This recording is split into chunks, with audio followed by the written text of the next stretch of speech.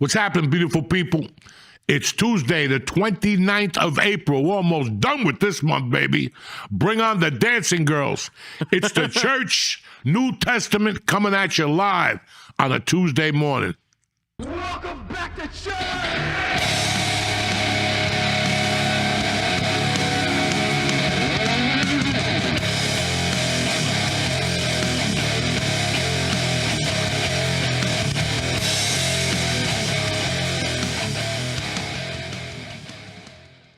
What's happening, beautiful people? Uncle Joey with his beautiful and Jewish co-host, Lisa Ayat. Shalom. Looking beautiful on a Tuesday morning. What's happening? I've been good. I've been missing the Netanyahu minute.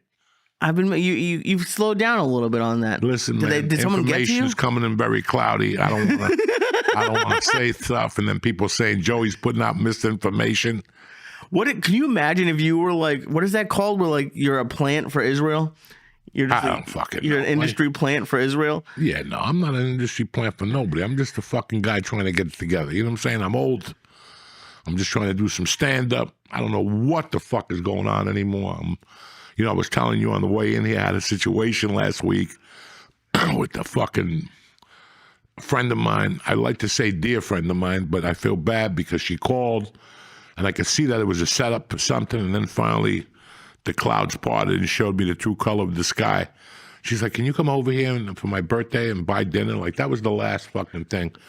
And I just felt like, like I was telling these guys, if I see you every day and you're like, come over and buy me dinner for my birthday or come over for my birthday dinner, I'll go over there. You know what I'm saying? But I don't know. I haven't seen this person in 2 or 3 months. Dude, 2 months tops. I can't, I don't get angry at a lot of people. There's a big difference between come over for my birthday and come over and buy me dinner for my. I hate more than anything people assuming that you're going to do something for them. You're very generous. I'm not as generous as you, but I would buy a friend something just because I wanted to. For anyone who would ask me for that, I don't think would be my friend, to be very honest with you. It was just. That's a terrible thing to ask somebody. They're fucking wacky. They have certain expectations and stuff, but it was one of the wacky. And I didn't even get mad about it until like Tuesday. Because you didn't realize what she had said to you? I didn't even think about it. Like, I have so much going on in my coconut that I just realized on the drive now, a week later, that fucking this is what went down. I'm like, that was the weirdest, because I never heard from her again. What a coincidence that you don't call the next day and go, hey, I'm sorry how that came off. Right. I was just goofing with you, blah, blah, blah, blah, blah. No, never again. That's why it proved to me that that's what they called for you to just to go buy a dinner and make believe you're their friend for life and those take people, pictures and balloons and shit. She didn't buy you dinner for your birthday. I didn't even see it for my birthday. Right, exactly. Like, that's such a fucking bullshit thing to ask somebody. I didn't even hear from her on my birthday, I don't think. But I'm the type of guy, I don't worry about that shit. Right, of course you don't. Listen, people have lives. How many times have you sat there and it's 11:30 at night and you're watching the news or you're about to watch, after the news, and that guy that always comes on, hi, it's Wednesday, April 30th. And you're like, April 30th? That's a familiar fucking date. And all of a sudden you're like, oh, shit. That's my best friend's birthday. But you've been so busy all day. Now what are you going to do? Pick up the phone at 12:30 and call him? No, you got to call him the next day and go, dog, how long we been friends? I'm sorry. So if you don't think that happens in my world, it happens. Well, people call me a week later and go, dog, I didn't even realize it was your birthday. You think I sit there and hang up on them?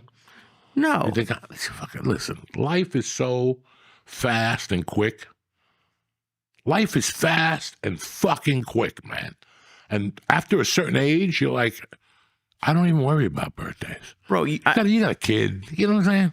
But your friends, you just call them up and say happy birthday. You put it on the Facebook page, Right. Happy birthday with explosions or whatever the fuck they put on there, That's my deed for the day. I go on Facebook in the morning, somebody's birthday, I fucking send them a happy birthday.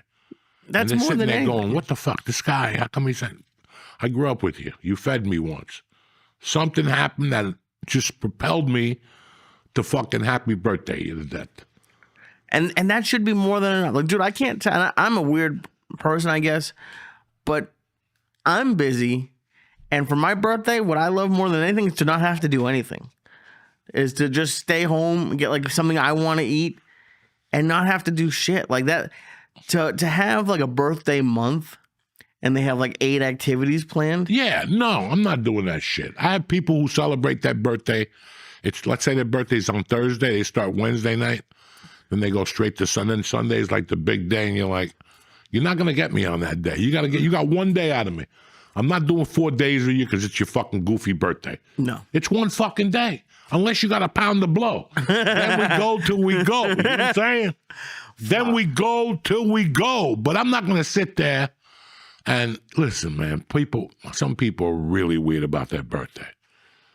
right? And everybody loves having those birthday dinners. And the problem with those birthday dinners is that 10 to 12 people show up. And then it's a fucking challenge when the check comes. Oh, It's a challenge. The people who are like, well, I had 2 drinks at $12.95. Well, bitch, there's a thing called tax and tip. Okay, so $12.95, that's $26 right there. I expect to see a 40 out of you. Without even hesitation. You bring out the crowd. That's the thing that kills me. That's why I don't get involved in those. That's why when I go to those, I make sure I pick up the tab. Because I don't want to sit there when Jeopardy happens.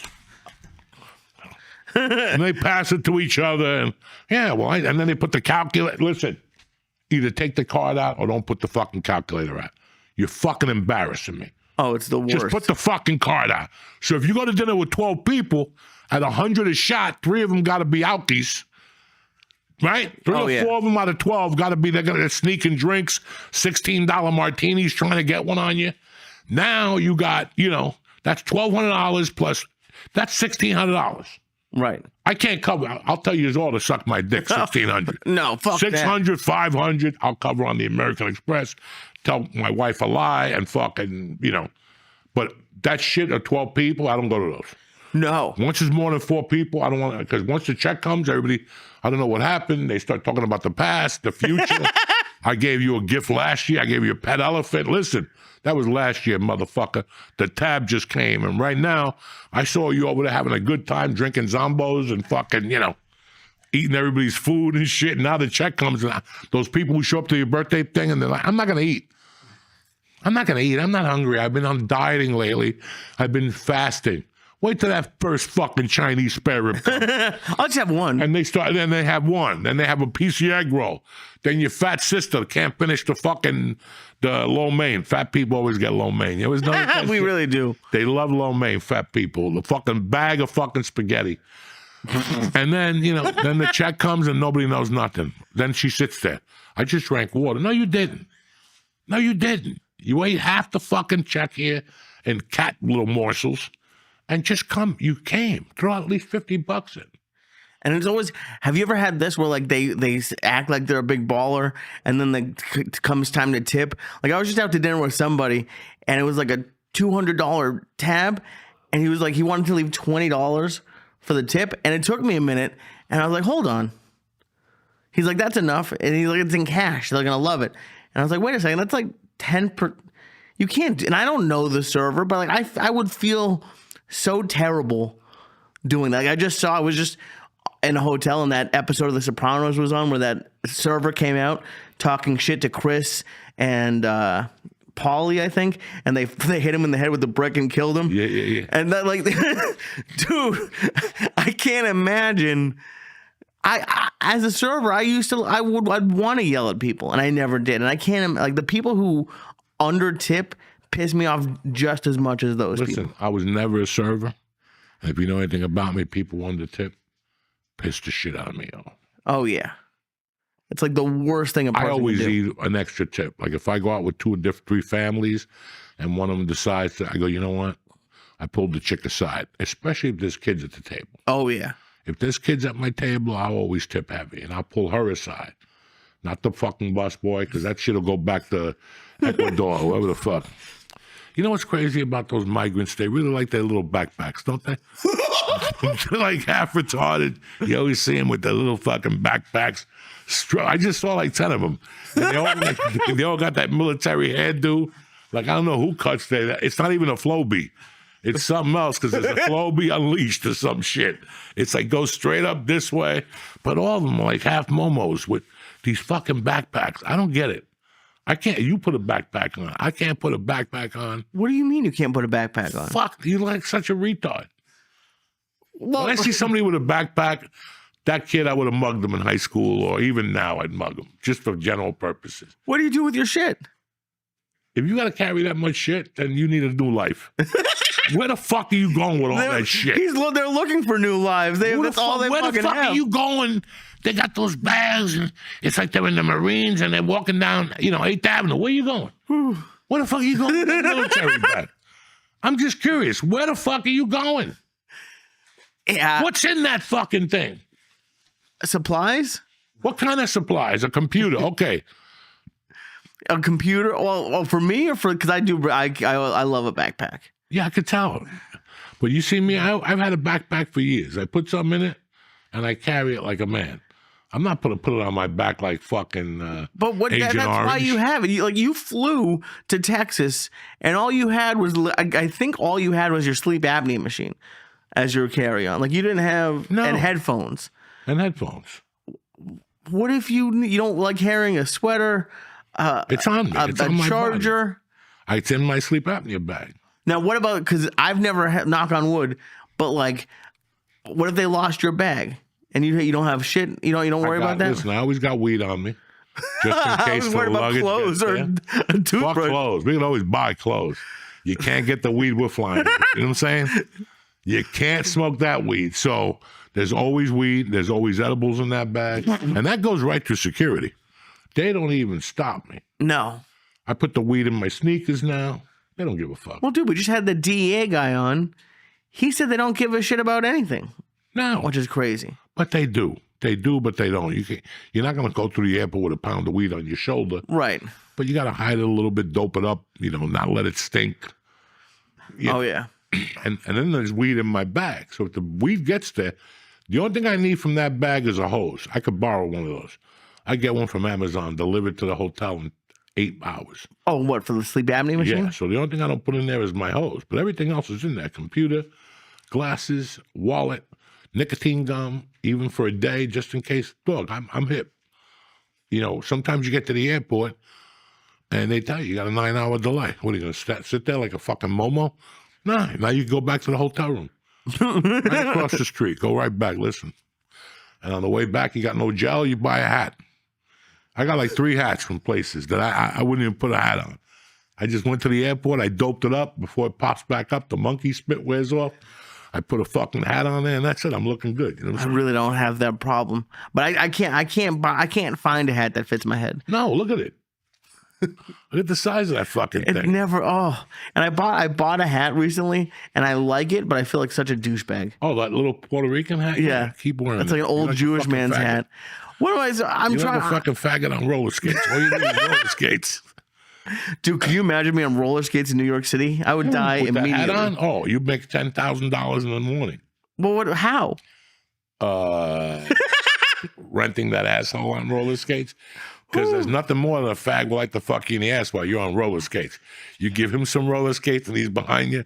He's fucking in the ass. It's Saturday Night Fever. Just on the way to work. Tremendous, staying alive up the ass. You could be doing that fucking thing. What are those people doing in the Olympics? With the skates and shit? Oh, the synchronized skating or Yeah, something? staying alive. And he's just fucking with got a whistle, a Judas Priest hat. Forget about it. Who's better than Lee with roller skates? I would pay to see 2 faggots fucking on roller skates. Yeah, I think If so. you think this episode ain't going to get 18 and under, fuck it's 'em all now. over already. Oh my God. Listen, guys, if you're sick of this 18 and under shit, just go to Spotify and Apple. We're trying our best, but obviously it's not working no more. They want to put us on 18 and under. We don't even smoke pot on the fucking show. We don't even play music. We've taken away so many fucking things because, it's a shame. It's crazy how far YouTube has fallen. So you could use music on Spotify if you subscribe to Spotify. Yeah. You could use their music on a podcast or something. Yeah. There's something weird. So, can we stream on Spotify or fucking do anything? We can put video on there. I don't think they do live streaming because yet. this is, you can't say what's in your heart no more. And I'm not going to sit here and amendments and, the freedom of speech. That's bullshit, okay? That's bullshit in my fucking world. That's for comics that want to just make something up. We're Avengers. Yeah, okay, good. You haven't paid your taxes in 3 years, but you're trying to fucking normalize life by fucking saying some fucking amendment or some. I don't even know what the fucking thing is. But dude, it's like, because think about it. When we started podcasting, We were whatever it lighting each was, other on fire, farting. oh my fucking- God. We were doing everything, and then something happened. And listen, this is what it is now. I'm not mad at YouTube. They went corporate, rules tightened up, and this is the way it's going to be. It is, but it's also like, because I don't know if you knew this. YouTube right now is the number one it's the number one place in the world where people watch and listen to podcasts. And the reason why people love podcasts is because of the hosts. They have a relationship with them. And podcasts like ours started like that. We're the reason why YouTube is up so high. I mean, yeah, a lot of it, but and then for them to like be so short-sighted. Like, yeah, I understand if you want them to be 18 plus, but don't hide us. Don't not tell people that we put up a video. We're not even doing anything that crazy.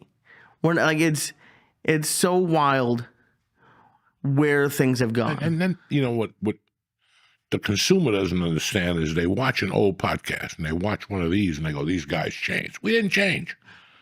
We didn't change. Just the rules changed. We're still crazy. You know, if there was no foul, no harm, no foul, guys, I'd have a 3-foot bong in here. I got one somewhere.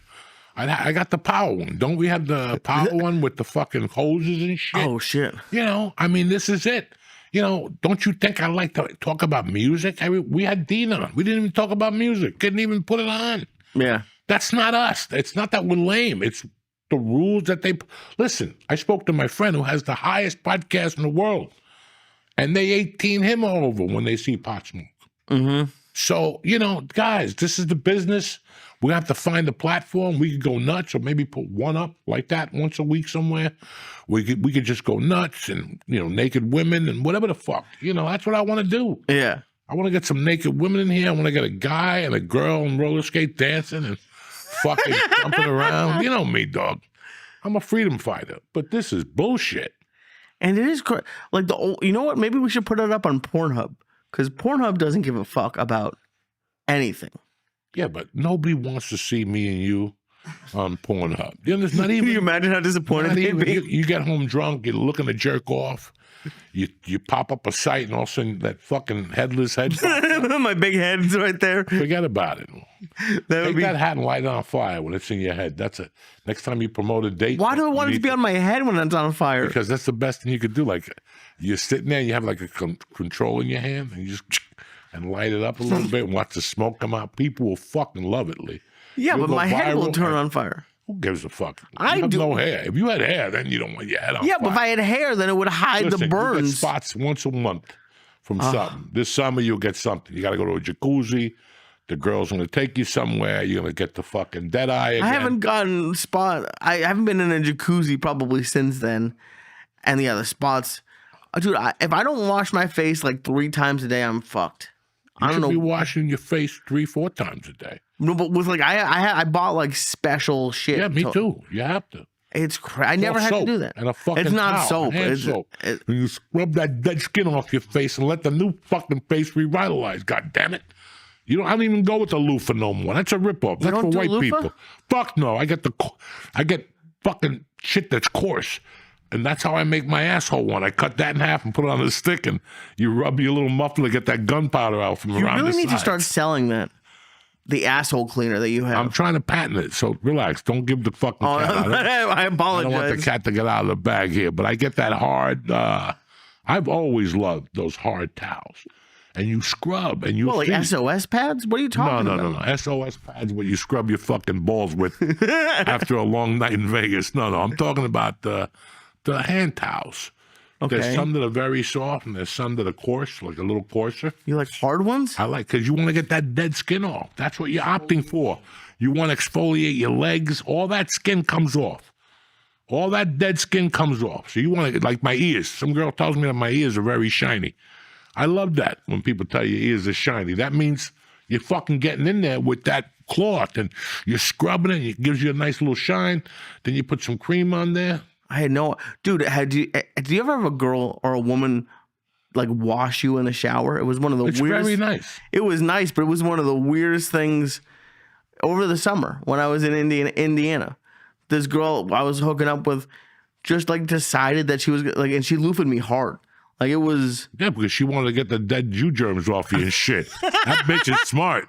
When a bitch washes you, it's because she knows you're a filthy motherfucker. And she wants to make sure that asshole and those balls are clean before she puts her beautiful mouth on them. But There's no, it was nothing wrong with after that. sex. The what? It was after sex. That's right. She doesn't want you to take her odor with her like a cat. Oh my God. That was wild. I never had anybody do that before. It's tremendous. When a woman bathes you, you just sit there. But by the time they go to bathe your knees, you get a hard on, it's all over. You know what I'm saying? They never get to your feet, those women. They never get under your knees. Once they bend over, you see the head in the area. Your dick just gradually stands up like a Ouija board, like one of those fucking Indian sticks. You know, what are you going to do? And then it's all over. They never get to do your feet. Anyway, back to the migrants with the backpacks. Okay. What the fuck? Why do they have backpacks? Can somebody please fix this microphone? No, don't get up. It's just a joke. I don't want to talk about the migrants with backpacks either. I don't know what they carry in those things. They brought those from Mexico. They must have some food in there, you would think. Like they could probably set up a taco stand pretty quickly.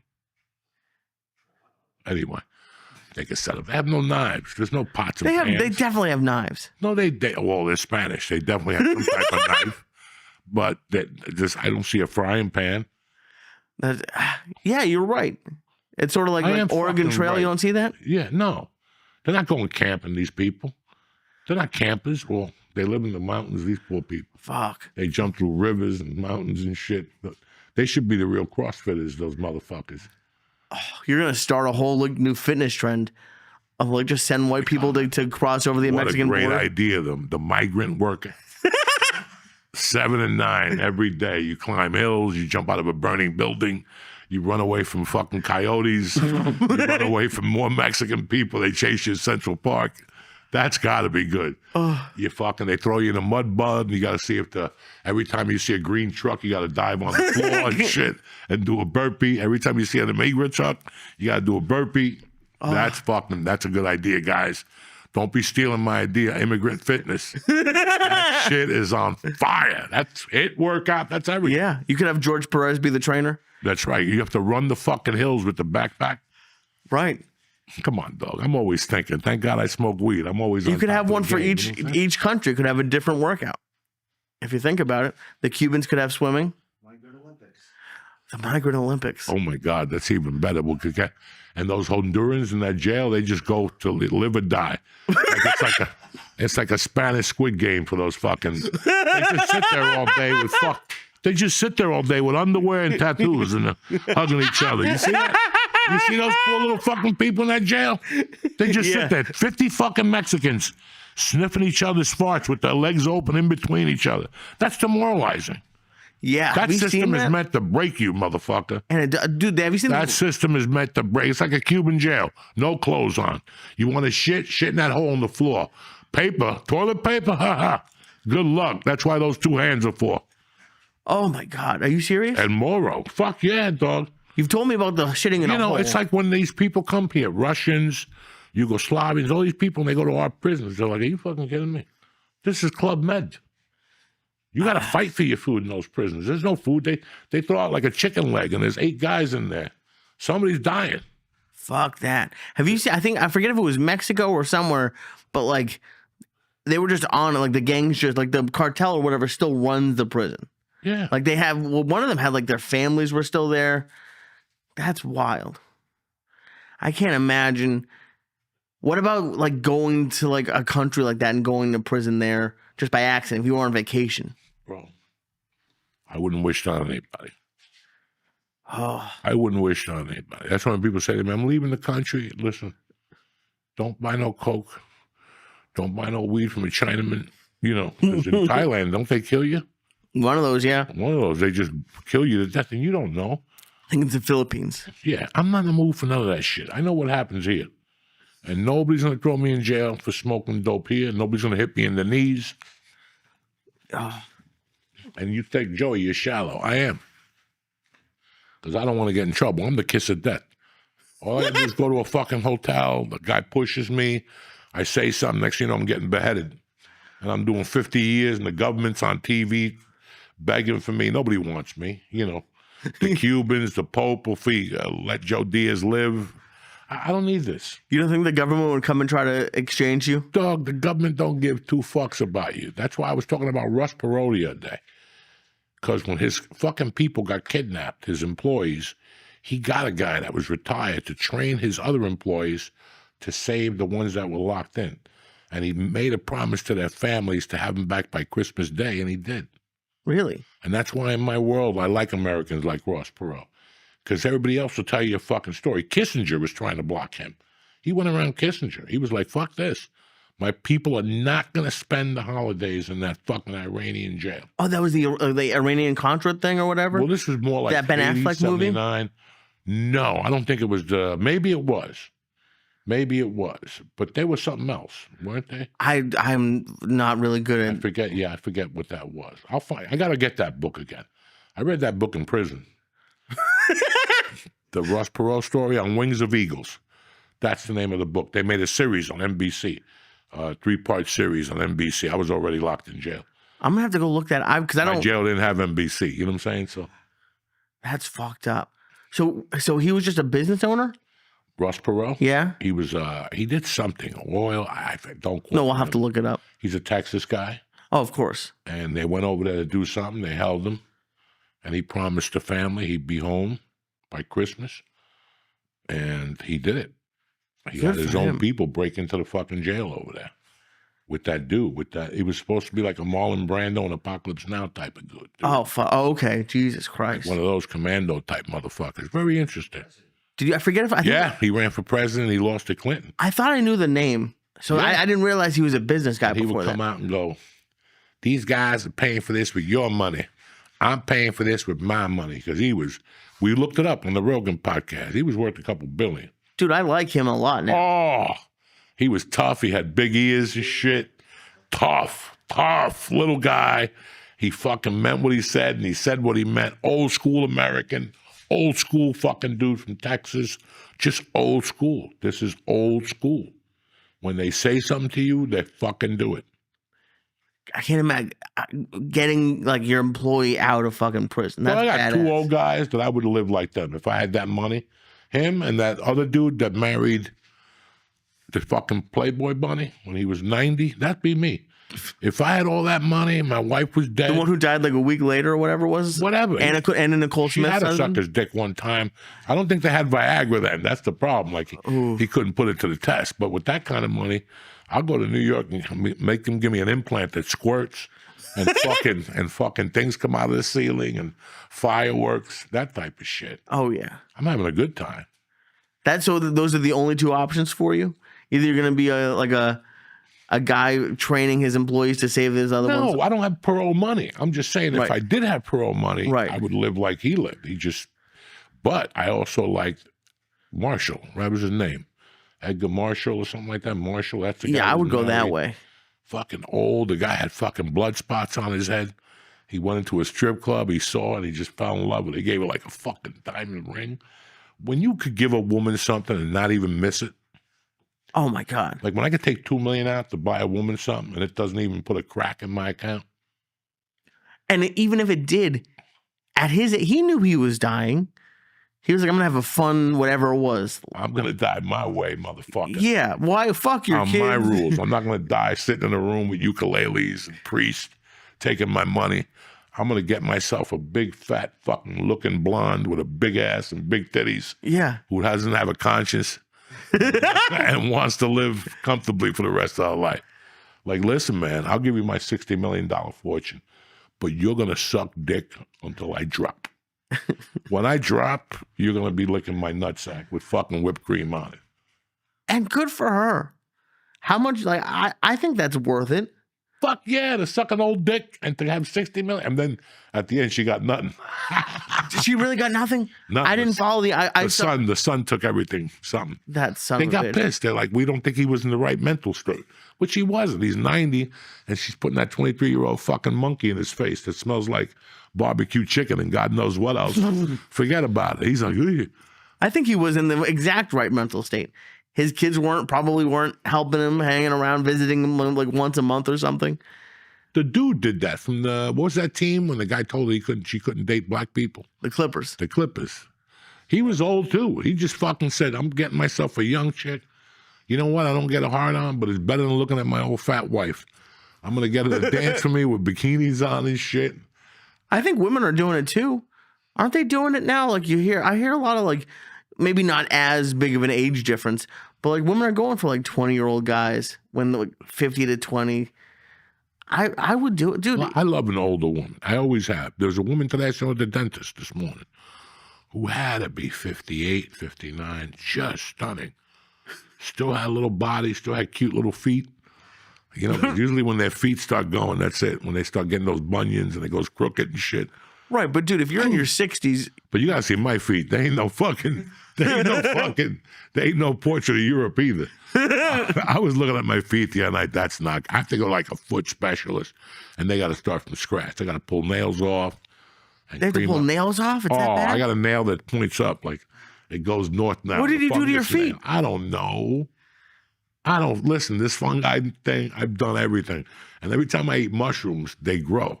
Like I think the mushrooms from the fucking mushrooms go into my toenails because the other night I buffed them out and I got high in the room. I was seeing shit. Dog, I buff them out and it lands on my finger. You got to smell that finger. It is god awful. So you get secondhand smoke from your toenail dust? Oh, yeah. And you get that is fucked up. And I sprinkle them on the edibles and I give them to you. So a lot of I know people you do. That. You keep saying, he keeps giving me these coconut ones that have this white powder on it. That's it. That look like they were like you packaged them. And it had a weird taste to it. Yeah, they use like they're sugar. They don't taste like sugar. Yeah, that was like, you know, the Neptotine, whatever they put. Oh my God. The sugar substitute. Oh my God. Fucking crazy, dude. What are you going to do? We're getting older, you know. Yeah, but my feet are fucked up. I mean, I looked at them the other day. I put cream on them. I got like blood spot. It's a nightmare. Like if I ever turn 90 and get a 16-year-old girlfriend, whatever that dude is doing, 23-year-old girlfriend, I'm going to have to get my dick sucked with socks on. You know how embarrassing that is? You don't like doing that? With socks on the backpack. No. Look at Bill Belichick. He's 73. She's 24. No, that's abuse. That's abuse. Dude, she has a joke. This is a joke here. Okay, this is a joke. I don't think I could show my balls to a year. Listen, if you're 55, yeah, you can look at my balls. That's what you see every day of your life when you're 55. But when you're 26, you don't deserve that as a woman. She's running for like Miss America, but she's like as Miss New Hampshire or Miss Maine, one of those two I just read. She has a job at the University of North Carolina. Right, he got her a job now. And she was in the Dunkin' Donuts Super Bowl commercial. Right, because he put her in there, not because Dunkin' Donuts exactly. So I'm saying, so it's a fucking his balls scam. must not be that bad. The what? His balls must not be that bad. No, they are bad. That's why he has to get all those jobs for her to stick around. He's giving her 3 different fucking incomes. Yeah. Okay, so that's, dog, it just doesn't look good. Like, I know he's got a daughter or a son somewhere, and they have a hard time with that. Oh, yeah. They have a hard time with that. He has multiple kids. Dog, yeah. So, I mean, when you have a 24-year-old girlfriend and your daughter is 38, you know, it's just some shit that just doesn't look good. Obviously, I know you're married. Nothing's ever going to change. But, like, I had a rule when I was last single that I didn't want to go under 25. If in a different world, at 62, what do you think the youngest you would go is? 45. Okay. I have something to discuss with her. Right. I have something to discuss. What am I going to do with a Dog, listen, 30-year-olds are great. They're great. They're cute. They're silly. But, come on. There's not a lot of 30-year-olds that are going to hold you every day, that you're going to hold the conversation with every day. Now you're going, Joey, who the fuck are you kidding? You're in it for the blowjob. No, you don't. Because I come in a minute. What am I going to do for the other 23 fucking hours? Okay? I mean, that's how you have to look at it. I had a rule when I was younger. And as much people want to know or not, when I was doing coke in the 90s, before I met my wife, that whole 9-year run, I had a rule, man. And it's a simple rule. Look at her and talk to her. If you could wake up to her in the morning, bring her home with you. But if she's going to annoy the shit out of you, you might as well go home and jerk off. If she's already starting to get annoying late in the night, and drunk, and now she's gonna go back to your house. She's gonna be even drunker. Well, and then she's gonna pass out, and you're not gonna get. Then you gotta wake up to her with that drama in the morning, with that alcohol breath, and God knows what else. Now you gotta give her a ride home and shit. Think about it. Oh, So after I was like 30, after I left Boulder, I had more control in my mind like that. I had more control of what am I getting myself involved in. Because when I left Boulder, I was sleeping with women, but there was nothing. They call me at 2. Hey, do you have any blow? Yeah. Can I come over? I have a blow, and some of them would call, can I bring my girlfriend? No. Because then I got to work 2 chubbies. You know what I'm saying? No. so did the rules change? I enjoyed it. I enjoyed these girls calling you at 2, or you going to a bar and seeing them and going, hey, man, I got a gram of Coke, and they're like, let's go back to your place. But after a while, I got old because there was nothing there. I'd see them a week later, and it was like nothing was there. And listen, everybody likes to have sex when they're coked up and shit. But it wasn't working for me anymore. I was fucking, by the age of 32, when I left Boulder, I'm like, when I get a girlfriend, I'm getting a girlfriend. And I met a girl, and I dated her for 4 years, and it was okay. And then after that, I went off for 2 years. And again, I was bumping into comedian chicks, on the road, whatever. And I'm like, what the fuck am I doing again? Then I met Derry. Oh, I hated just dating for exactly the reason why you said it. Listen, do you want me to tell you what I like? Yes. I like picking you up, or you picking me up, smoking a joint, going and getting something to eat, going someplace else and getting a couple cocktails, talking a little bit. Listen, we all want to bang her the first night. Of course. But then again, now people are banging in 2 nights. Listen, dude, People are banging in 2 or 1 night now. They're banging in an hour. In an hour, So it's kind of very, I always liked working for it. I don't mind working for it. When something's too easy, you're not going to do anything with her anyway. When a chick tells you, I love to suck dick, you're not going to get your dick sucked at all. That's just stupidity coming out of her fucking mouth, and then your little ears get clogged up. You're buying her drinks at the bar, and next thing you know, she leaves with a chubby dude with a missing foot, and fucking you're drinking there. You're like,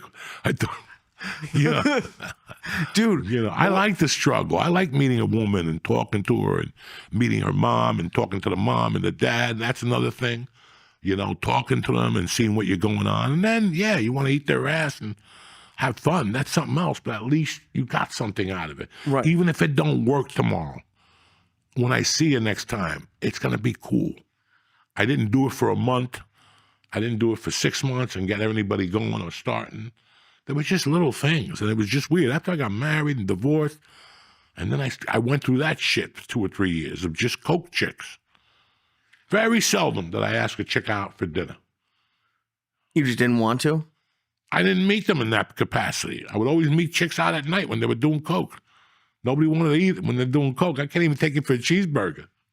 And so none of those coke nights ever turned into like, hey, let's actually go and be in a relationship, or all of those were like 2 or 3 times we'd hook up after that. Maybe I'd go to the house and smoke a joint one day. I was walking in the mountains, and I would go by the house and smoke a joint or something, and then, a week later, she's at a show with some other dude. And then a week later, they're calling me up, going, hey, can I come over at 3:30? No, yeah, what the fuck? I'm sitting here with my dick in my hand. You might as well come over. Right, but then or do they even stay the night, or are they just, as soon as some the of them coke's stayed gone, the they're night, done? and some of them boogied at 4 or 5 in the morning after the deed was done and the coke was gone. Fuck. Because what you said, I think, was exactly right. If you're annoyed with them, or if they're not, if there's not someone you want to hang out with, it's always going to be bad.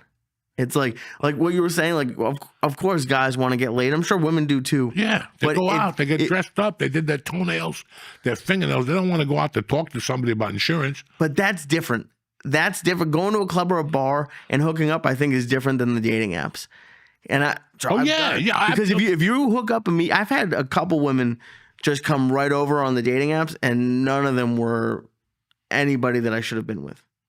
And not like I was 200 pounds too. I was late at night, and you invited them to your house. Yeah, That's no, it was 100% on. I'm not blaming them, but I'm just meet them at McDonald's and see if they order what they order. If they order a fish sandwich, they smell like shit.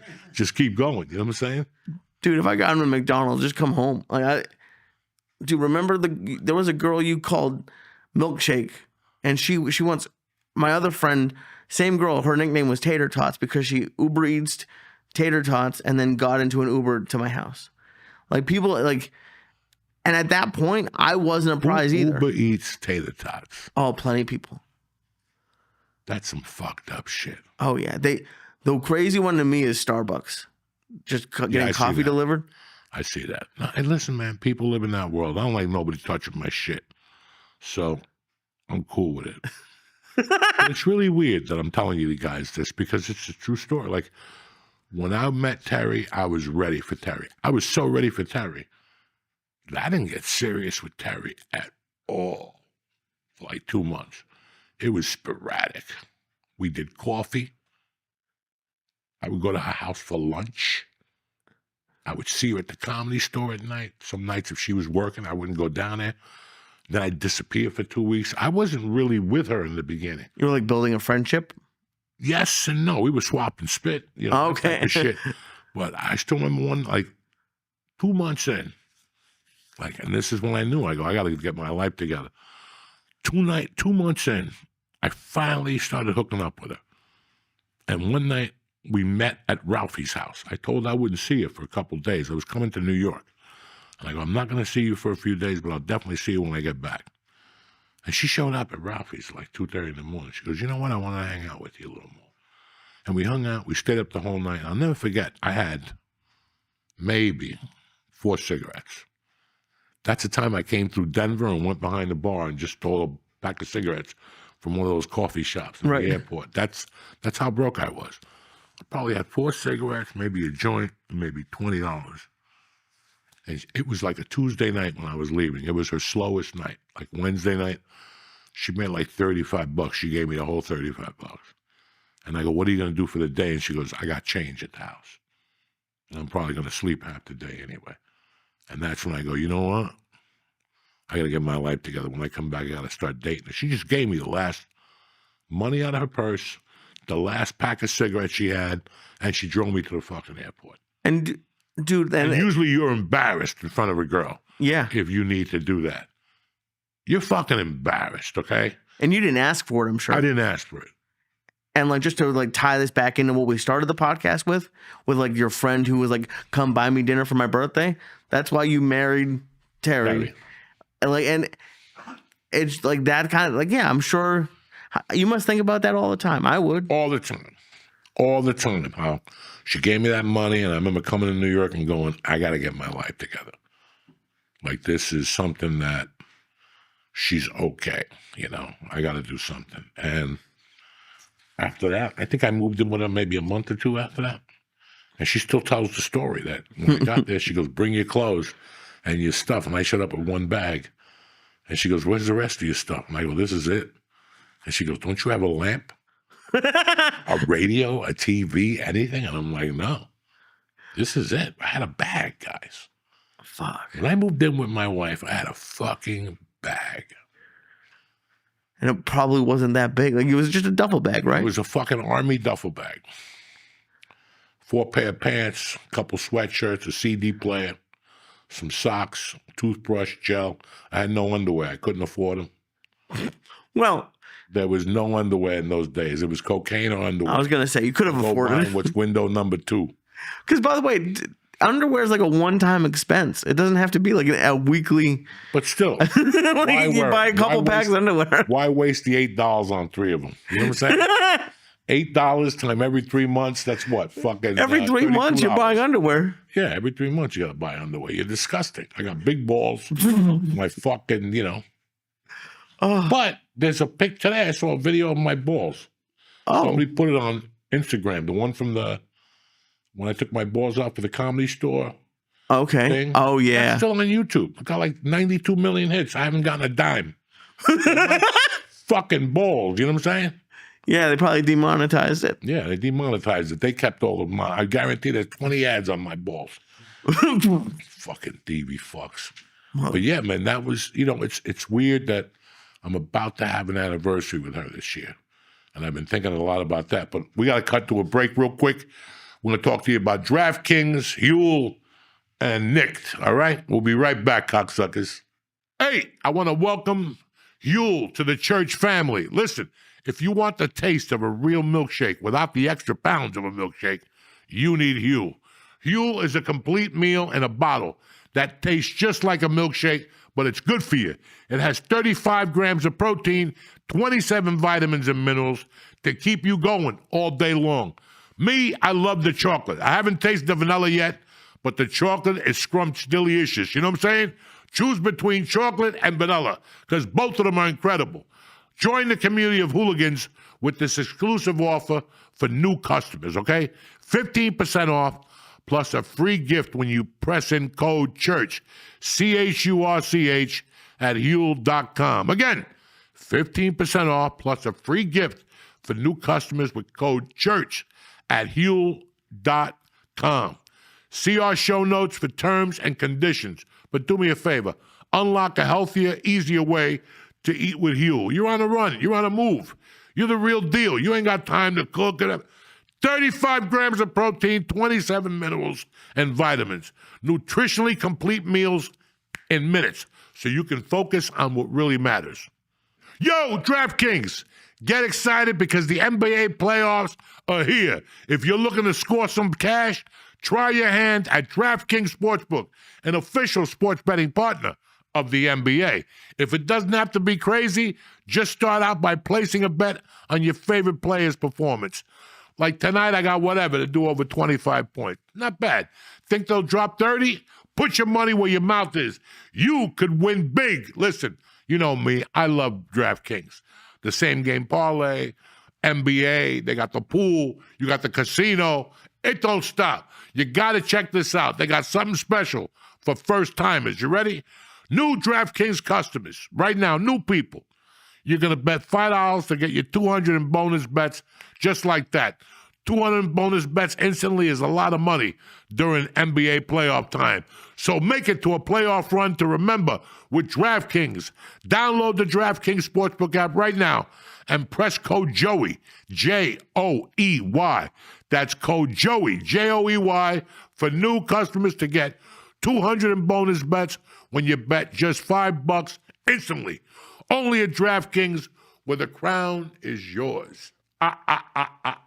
Gambling problem? Call 1-800-GAMBLER. In New York, call 877-8-HOPE-NY or text HOPE-NY 467-369. In Connecticut, help is available for problem gambling. Call 888-789-7777 or visit ccpg.org. Please play responsibly. On behalf of Boot Hill Casino and Resort in Kansas, 21 and over. Age and eligibility varies by jurisdiction. Void in Ontario. New customers only. Bonus bets expire 168 hours after issuance. For additional terms and responsible gaming resources, see dkng.co/audio. What's happening, beautiful people? Uncle Joey here for Nick. Listen, if you want the easiest way to get that nicotine fix, Nick Pouches is where it's at. They're made with natural coconut fibers, so they're not going to slice up your gums, and they come in a bunch of great flavors like strawberry, watermelon ice, which is tremendous, wintergreen, and berry lemon ice. Me, I like the berry lemonade. Tremendous. You get to choose your nicotine strength, whether you want 3, 6, or 12. Are you kidding me or what? Ba-ba-ba-da-ba-da-ba-ba. Nick has you covered. Coming soon, they even got an option with 0 milligrams of nicotine. So if you're trying to come back, if you're trying to cut back, use one of those every so often. Now listen, I love this berry ice. You put it under here, heaven. It's time to upgrade to Nick nicotine pouches, just like I did. Right now, church listeners get 35% off when you order through my link, nykdpouches.com/church. Again, nykdpouches.com/church. Use this code up to 3 times. Don't wait. Get 35% off now of Nick Pouches, nykdpouches.com/church. And check out the church bundle with some of Uncle Joey's favorite flavors. That's right, nykdpouches.com/church. Again, remember, NYKD products are only for adults of legal age. Every order is age verified, so don't try it. Also, this product contains nicotine, but you already know that because nicotine is an addictive chemical. How's that for you? Right now, get some Nick products and get the party started. We're back in black. You know, I was talking before the break about that this year, this June, will be 25 years I'm with that crazy woman. That's crazy. 25. 25 years. When she mentioned it to me like 2 months ago, what are we doing for our anniversary? I'm like, what anniversary? And she's like, July. We've been together 25 years, Joe. And it destroyed my insides. I'm like, how the fuck did I last 25 years with a woman? I never thought I could make it past 4 years. Like, I lasted 4 years with my ex-wife. I lasted 4 years with the girl after that. You know, I was a 4-year man. I mean, and I love you, but do you ever think, because like for Terry to put like to deal with, because Joey Diaz, 24 hours a day, like that's 25 years. Like I don't think a lot of people would have made it. Like, and you're a great husband. I'm not saying you do anything wrong. It's not as bad as you think. It's not like it's. Oh, I'm not saying but I'm just saying it's to last. For anybody to last. But you know, like you've talked, and this is not a negative thing about you at all. But just you've talked about, like, especially at the beginning, how wild you were to last through those years. It's not easy. For 7 years, she didn't know if I was coming home or not. That's crazy. Because even when I was home, she's like, when is this motherfucker? When is the phone going to ring? And when is he going to leave again? She used to get really upset. Like, you were home at 12. When I went to bed, you were home. I got up at 7 to go to work, and you were not home. Where would you go? I would fucking go out in Hollywood. You just didn't like being home, or like? Dog, I had a drug problem. Oh, okay. When you have a drug problem, you don't want to be at fucking home. I would bring the drugs home, do them, and then go, what am I doing here? I got to get out of here. And I get back, wait till I'd sober up a little bit, make some calls, and get the fuck out of there. And in those days, there was always somebody up in Hollywood. Always. I had a friend over on whatever. She was a drunk, and there'd be people over there. She went to the bar. So at 3, she'd go home hammered and bring gay guys over there, and they'd be doing coke and shit. And I'd slip by there. I had a couple Mike Favormans. I'd slip by his house at 2. In those days, there was always action. The guys at the store would hook up again at 2 and go to some parties and shit. And I would let them know, and they would call me. It was a different world then. And then, like, by 2005, the paranoia started hitting me different. I wasn't going out after I got home at night. It slowed down a lot. Then I got offered in 2007. The rest was... But it's funny, I was thinking about that neighborhood. That one night I went downstairs to meet I had 3 dealers at the time, and I didn't want them to know what I was doing. I didn't want them to know how much I was doing, so I would go to all 3 of them instead of just sticking to one. And the guy at night, he was a bartender. His name was Johnny Blade. I used to call him Johnny Blade. And he would come over on a motorcycle. He got out of work at 2. He'd be by my house like 2:25. I could time him every night. Because it was 2 blocks away. And I'd be downstairs. And I remember one night I'm waiting for him. And I'm out there on the steps and I'm looking. And there used to be a light. Not on my block, by the YMCA. But down the block there was a light. And I'm looking at this light. And I'm looking at this car, and the light turns red, and he's in no danger of stopping. I could hear the engine going, and he's like, whoa, and he flew past me. And not 2 seconds after, the car was chasing him. It was shooting with a gun. And you could hear the bullets, and you pow, pow, and I'm out there, fuck. Maybe I should go inside. Fuck, no, I'm waiting for my coke. I don't give a fuck who gets shot. Holy shit. Like, that neighborhood used to be fucking insane. So that's what I'm saying to you. I was out. I would go to Sergio's house. Sergio always had parties late night over there. He would fall asleep, and I'd take the coke out of his pocket. And then he'd call me in the morning. What happened, man? I had an 8-ball in my pocket. Somebody took it out. That chick. That white chick. Blame it on her. It was just a different fucking world, Hollywood, back then. I would do spots at the store, and that's where the party started. Right. It was at the store where the party originated, you know, and in those days, I mean. And meanwhile, you're like starting a relationship with Terry. So yeah, and then there's been a few different phases, because then like you stopped doing coke. Terry was phases, because I still remember Terry waking me up one morning like after breakfast and going, I need to talk to you. And in those days, Marilyn Martinez would call the house every night at 3 in the morning. Like, just to see it. In those days, Dice used to call the house at 3 in the And was morning. it a house phone or a cell phone? It was a house phone, so the whole house would ring. And one night, I wasn't home, and Marilyn called at 3 in the morning, and when my wife answered it, she goes, "Cocksucker!" And Terry fucking blew a gasket. My wife loved Marilyn, God rest her soul, but she kind of got a little like, you know. At 3 in the morning, cocksucker's a little bit much. Yeah, and when the next morning we had breakfast, and she's like, "I got to talk to you about something." She goes, "You know, I've dated guys, but this is fucking insane, Joey. The phone rings, you got to go out, fights at the Comedy Store, fucking." That was the heyday of the Comedy Store. She was watching everything. Remember, I would host on Sunday nights, so she was watching everything. There was always a dilemma up there. There was always an argument. I was always torturing those fucking guys, and she would deal with all this. She would have to deal with all this shit, you know, and, there was a lot of times when you're at the Comedy Store, man.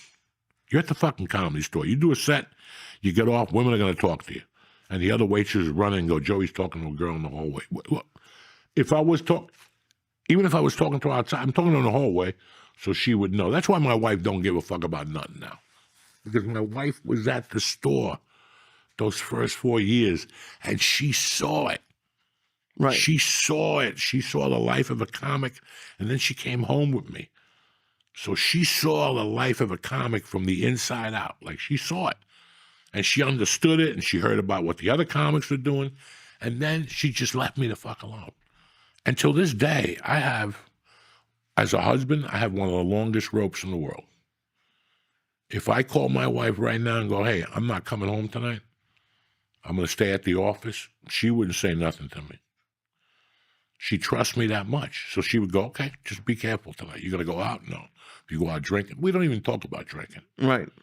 But there's no, like, she doesn't, she walked into Osteria one night. I was talking to 2 women, and she came right over. I introduced them. The women were like, "Oh my God," she knows. She fucking knows. I tell her pretty much everything, even though sometimes it takes me a week or 2. You know what I'm saying? But I still tell her. And she giggles, and, she likes it. I tell her about stupid chicks, and she fucking giggles. And she's been with me. Dog, she was with me at dinner one night when a fucking girl said something to me. And she was pissed. She was like, "How dare that woman say that in front of me?" A girl hit on you in front of your wife? Oh, yeah. And she's alive? We were at a big restaurant, and the girls were there. There Oh, was okay. kids there and shit. And I got up to go to the bathroom. And when I was coming out, there was 2 girls. They're like, we take a picture. So my wife was going to the bathroom with the girls, and my wife heard the whole fucking thing. I even said to my wife, "Honey, I'm going to take a picture and get to the table." She goes, "Don't worry, I got to go into the thing with one of the girls and the mom." And as she was walking, that's when the girl said it in my ear. Said something really like out of control. Like, I just sat there and go, "This is a confused girl." I show her my balls. She's going to faint 3 times and gag. But she had to be a prostitute. She was really good looking, very flamboyant. She looked like she was a prostitute. If she's talking about that stuff with your wife right next to you, Oh, yeah. she's something. Like, they say crazy shit. My wife giggles, You got to remember, the people I hang out with in my neighborhood are women. I hang out with 2 women pretty much in my neighborhood. They're You both always hang out married. with women. They're both married. I have a great time with them. I made one my partner. I made little stupid videos of her for goalie and shit. Oh, yeah. Steve's wife. Of course. And then Ravioli. I always talk to Ravioli every 2 days about something. You know what? I don't think we've ever talked about. How did you feel about dating her when she worked at the store? Because that doesn't seem like something you would allow. Not Something that I wouldn't allow. just for yourself personally, like just dating someone where you work there. Listen, when I met Terry, I'd been going to the store for 3 years. I was a regular there. Never really had any drama in there. I know rules. There's rules of comedy, especially on the road. Rule number 1 is don't hit on the waitresses on the road. Even if they like you, don't hit on them, because that club owner watches everything. And eventually he's going to fire her, and then you're not going to be able to go there, especially as a feature act. Because feature acts are wild. When I was a feature act, I had to do 30 minutes and just hang out by the bathroom. You'd hang out by the bathroom? Yeah, and wait for girls to come over. Hi, that was funny. Oh my God. And I start to, especially when I opened for Rogan. Wow. Yeah. Just they would come up to you. Oh my God, can you introduce me to Rogan? Yeah, but no. I'm just saying that it was when you're a feature act, you're buck wild and you make mistakes, man. Right. And I made them, and I never went back to those clubs. And they would make 1,000 excuses, but at the end of the day, I knew why. I either did coke with a waitress, I slept with a waitress. That's just little rules, And I wasn't paying attention to it. I love to tell you, I was paying attention. In those days, I didn't give a fuck. If it wasn't the improv or fucking a theater, I didn't give a fuck. I would never think. I never thought I was going to get back. So I wouldn't mind burning a bridge from time to time. But back to your question, which is a very interesting question. When I saw Terry, there was something about Terry I liked, her eyes. And we started talking, and I was like off the kilter. And that's why I was like hitting on her kind of lightly, because I know Mitzi didn't allow it. I know Mitzi didn't allow it, and she didn't like it. But if you were in already and she found out, she wouldn't care. Right. She didn't find out that we were already living together. It was too late. I already told Mitzi we're living together. Oh. Would she have been mad if she found out not from you? Yeah. That's wild. That's crazy. That's a whole nother I thing. didn't like it either. Listen, if you think I like dating a girl that I live with at the fucking Comedy Store, you're fucking crazy. Yeah. But in reality, it kept an eye on me. Right. It watched over my career because I could have made a bad mistake those years. And she was right there to justify it or go, no. And it was funny. After she started working at the store, there was still some nights of craziness. Don't get me wrong. Right, I'm some sure. stuff that she saw, not from me. Not from me. So she started understanding the game more. And then she would put labels on, like if that happens to you, Joey, she'd not, we would discuss it. So she got to see that also. The craziness, what is women in the audience. When they're there with a man and they come up to you and go and fuck you upstairs and then go back and sit with that man. That never happened to me. But it happened at the store. It's a reality that it fucking happened. So, listen, I don't know how it worked. There's days I'm like, fucking 25 years and a kid. And a kid. I had a woman who ran from me when we got divorced. She fucking ran like her asshole was on fire. Ran. Talked about me, fucking tortured me in the courtroom, tortured me in life. I took a beating. I didn't ever want to get married, and I didn't ever want to have a child again. But I met Terry. And in the relationship, I was like, this ain't going to last. This ain't going to last because I'm a fucking animal. And at that time, I was out there where the buses don't run. But she calmed me down a little bit. And then I got off the coke. And then, like a year after I got off the coke, there were some problems at the house. She was like, I'm getting old and nothing's happening here. And I was like, I told you when we hooked up, there's no marriage in this fucking house. I already did it. I failed. No reason to do it again. Once you fail at something like that, like marriage, like I failed the most basic thing you could fail at, communication. That's basic. Communication is basic. And we get together with women for different reasons. And yes, it's okay if you don't like somebody after 8 fucking years. Mm-hmm. It's okay. There's nothing wrong with you. But in that situation, I failed because I had everything in front of me. I had a job with her. I liked her family. But I also wanted to do fucking comedy. I also wanted to do comedy in a bad way. There was no way I was going to go fucking sell roofs for the rest of my life. I had to at least know that I failed at comedy, and then I would go back to a job happily. But there was no way at that age I wasn't going to get into comedy. It had been on my mind for too long, Right. And then, because I don't necessarily think you fail. It wasn't a great end to the relationship, but I think it's better. I honestly think it's better to break up than to stick around for the kids. I see it now. I see it now when I go to softball games, parents who don't communicate. The kid knows. 100%. The fucking kid always knows. So in my house, listen, when you walk in my house, especially with my daughter and shit, I wanted my house to be completely opposite of the house I grew up in. Mm-hmm.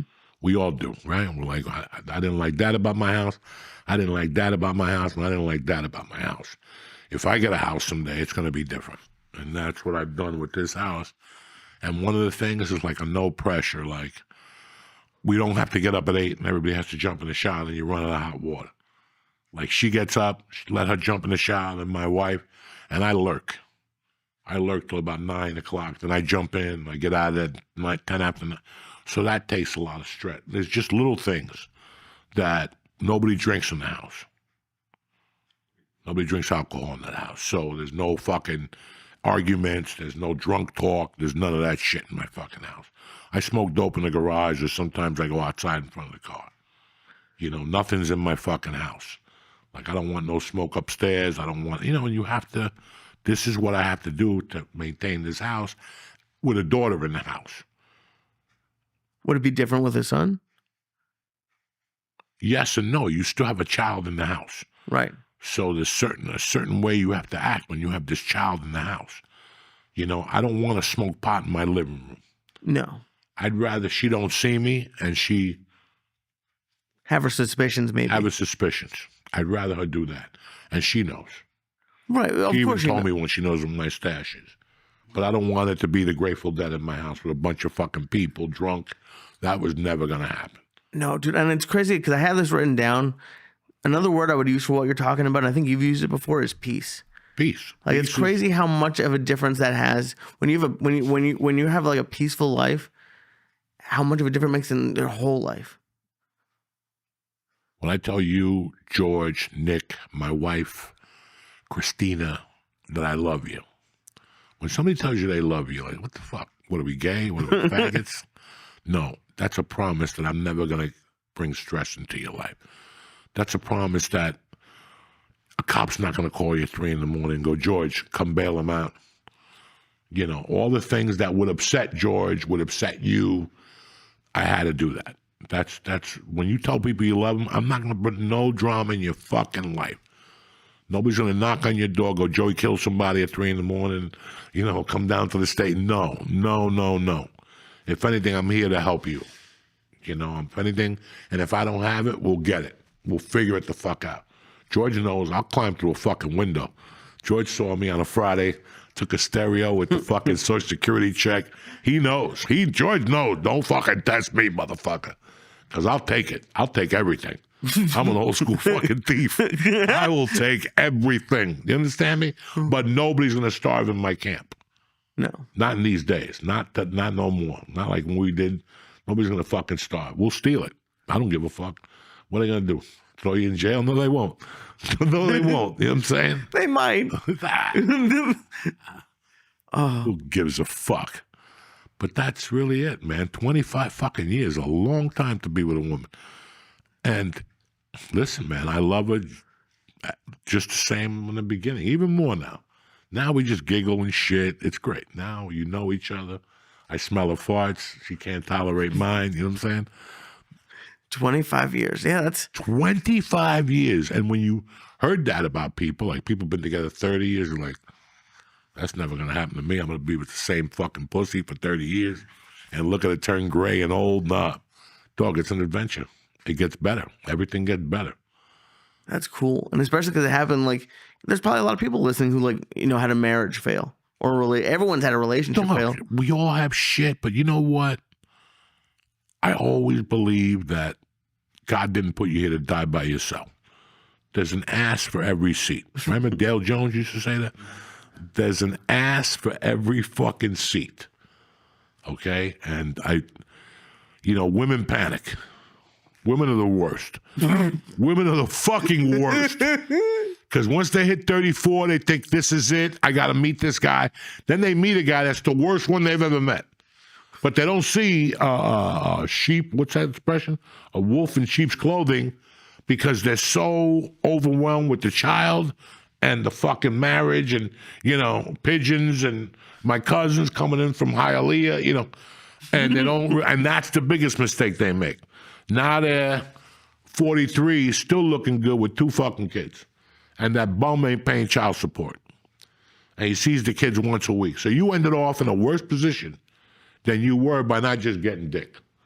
It's like my friend's mom, my dear friend, called me, and we were talking about her daughter, 34, I'm the 20th boyfriend, And you're like, after a while, you got to say to yourself, wait a second, this pussy is making some horrible fucking choices.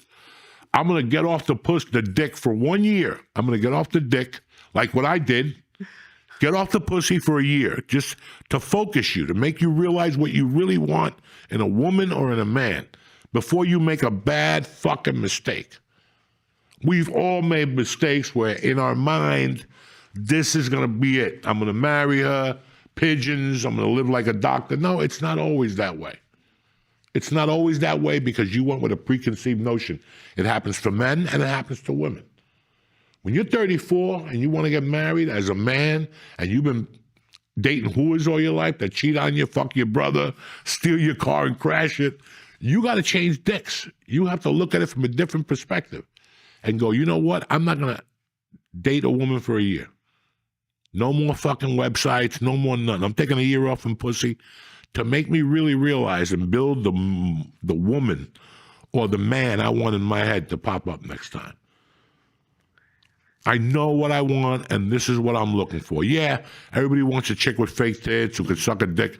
Listen, 3 years in, you don't make the car payment. Those bitches are gone to another guy who'll fucking pay for their tits. And I always learned something from Bruce Lee. Bruce Lee was a good-looking Chinese guy, international star. His wife was no fucking playmate, but she stood by him. And that's the woman that calmed him down, and that's a lesson for a lot of people. When you're 21, everybody wants to marry Farrah Fawcett. When you're 30, you'll marry that chick with the missing toe from the bartender at that fucking dump bar you hang out with. Because that's it. The window's closing. And that's what we all do. We start getting desperate. Oh, my God, I'm not going to have a child. Oh, my God, I'm going to die alone. And we make the worst fucking mistake because we're going in there with something. What happened to just getting together, sucking my dick, I eat your pussy, we smoke a joint, you go home. Let's start with that. Let's start with a walk to Carvel, and we'll take it from there. I'll suck your tit in the car. You know what I'm saying? What happened? What happened on the third date? Huh? What's the third date? Ice cream. Whatever. Carvel. I don't know. But these are all the decisions if you're gonna go to a bar and you're gonna hit on a girl and she's snorting coke with you and she just broke up with her boyfriend and he's an animal and you're gonna get engaged to her, that's not gonna work. She's been getting fucked at bars for 20 years. What? And when she dumps your ass, she's going right back to that fucking bar. Yeah. So these are the things you got to know. Like people, you want to meet a whore, go to a fucking bar and get one of those chicks with the tight shirts on. You want to meet a smart chick, go to a fucking library. I met my wife at a fucking comedy store. What do I know? And go to work, dude. And it's crazy. Like you've talked about your other relationships. Like it sounds like you might have put like a little bit more effort in with Terry than you did with other ones, or like you. I didn't want to get married to the other ones. Like I didn't. After I got divorced, what? Listen, I met my wife when I was basically 20 fucking years old. 21 years old, I met her. And here's the scary thing. Your first wife. My first wife. This August, I don't know that bitch for 40 fucking years. I met her August of 85. It's April of 2025. Yeah. She knows me like the back of my fucking hand, that bitch. Even though you haven't spoken in a while? Yeah. Because she was there in the beginning. She saw the animal. Wow. So I met her in 85, and we were done in 91, maybe. You got to figure I didn't see her for 6 months. I was locked up. Listen, man, it is what it is. And I wasn't going to get married again after that. I lost everything. I paid debt till fucking 10 years ago. I paid debt on that fucking divorce. So, cause you said like you weren't going to get married. What made you decide to finally get married? I wasn't going to get fucking married. Right. And I had met other girls, and some of them were nice. Some of them were, nobody was marriage material. Honestly, you want me to tell you what made me marry Terry? Yeah. When I woke up at 4 a.m. one day and she had my football suit out for the longest yard. And I was like, what the fuck is going on here? This ain't a regular girlfriend. This is not a regular girlfriend. Up with me, because I had to be there at 5. So I would have to get up at 3:45. Sometimes I just stop smoking coke at 3:30. She would get up, fucking, I'd take a shower, put the football suit on. She'd make me a little breakfast just so I wouldn't drive down there 45 minutes with nothing in my stomach. A lot of people don't do that. They wouldn't give a fuck if you left hungry. So that gave me all the consideration. It's really funny. There's an episode of The Sopranos when he's going to go out and meet the realtor. And he goes to a house, but that's the night that she helps him button his shirt. Oh, yeah. Remember that? She helped him button his shirt. That's a really good scene. At least it was for me, because I understood. And then he went to this girl's house, and he was dying to fuck her. But as he was taking off his shirt, he thought about his wife. And he goes, what am I doing? What the fuck am I doing here? I just got shot in the head. She was by me for 6 weeks. And then I was home for fucking 4 weeks, and there she is. And now I'm going to fuck the first chick that moves around. And I learned that when I was like 20. The guy who used to own the gas station across the street from North Bergen had everything.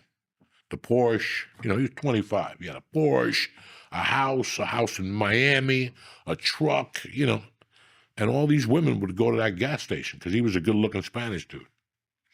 And I remember a girl that has a boyfriend that was going to get married came up to me one day, and she goes, you're really tight with him. Tell him I want to sleep with him one night on the side. Nobody will know. I go, okay. Next time I saw George, I go, hey, man.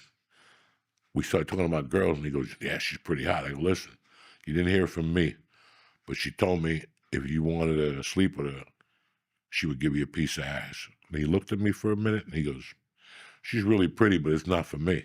And I was like, what are you talking about? He goes, bro. He goes, I've been with my wife when we lived in a one-bedroom apartment with no money. What kind of man would I be now to cheat on her? And I was like, that's character. Yeah. I think it would destroy, it would just destroy them, I think. It's great. Even when you were saying that when you showed up at Terry's house with a bag and to think about what you have now, but she's been there from the to see what you guys have built is pretty crazy. That's why I tell her everything. It doesn't matter what the fuck I do, I'll tell her. Because she'll look at me and go, what the fuck, Joey? I just tell her, because why lie to her? It's not good.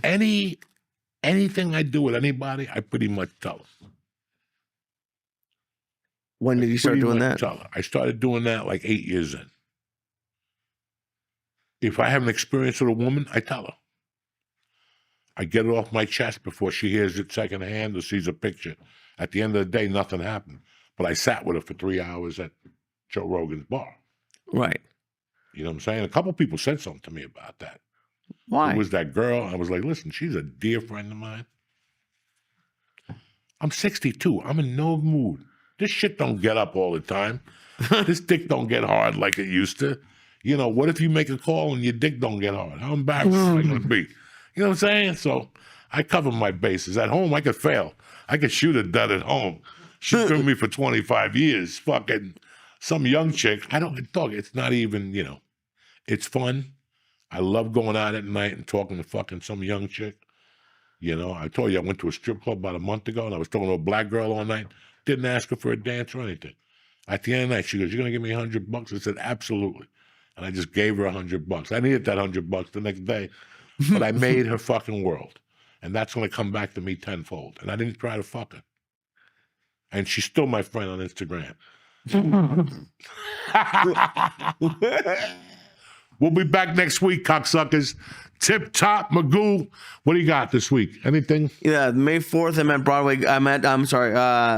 Greenwich Village Comedy Club. There you go. And me, May 8th, May 17th, Philadelphia. It's sold out, so I don't even know why I'm promoting the date. Go to the Excite page and look to see if they have tickets for August. I'm sure they'll have a bunch of tickets. Come on out, knock yourself out, have some fucking cheesesteaks at Merlino's, and do what you need to do. I love you, cocksuckers. Love you guys. Have a great week, and we'll be back next Tuesday. Tip top Magoo. It'll be like May 8th or something. Stay black, cocksuckers. Love you. What's happening, beautiful people?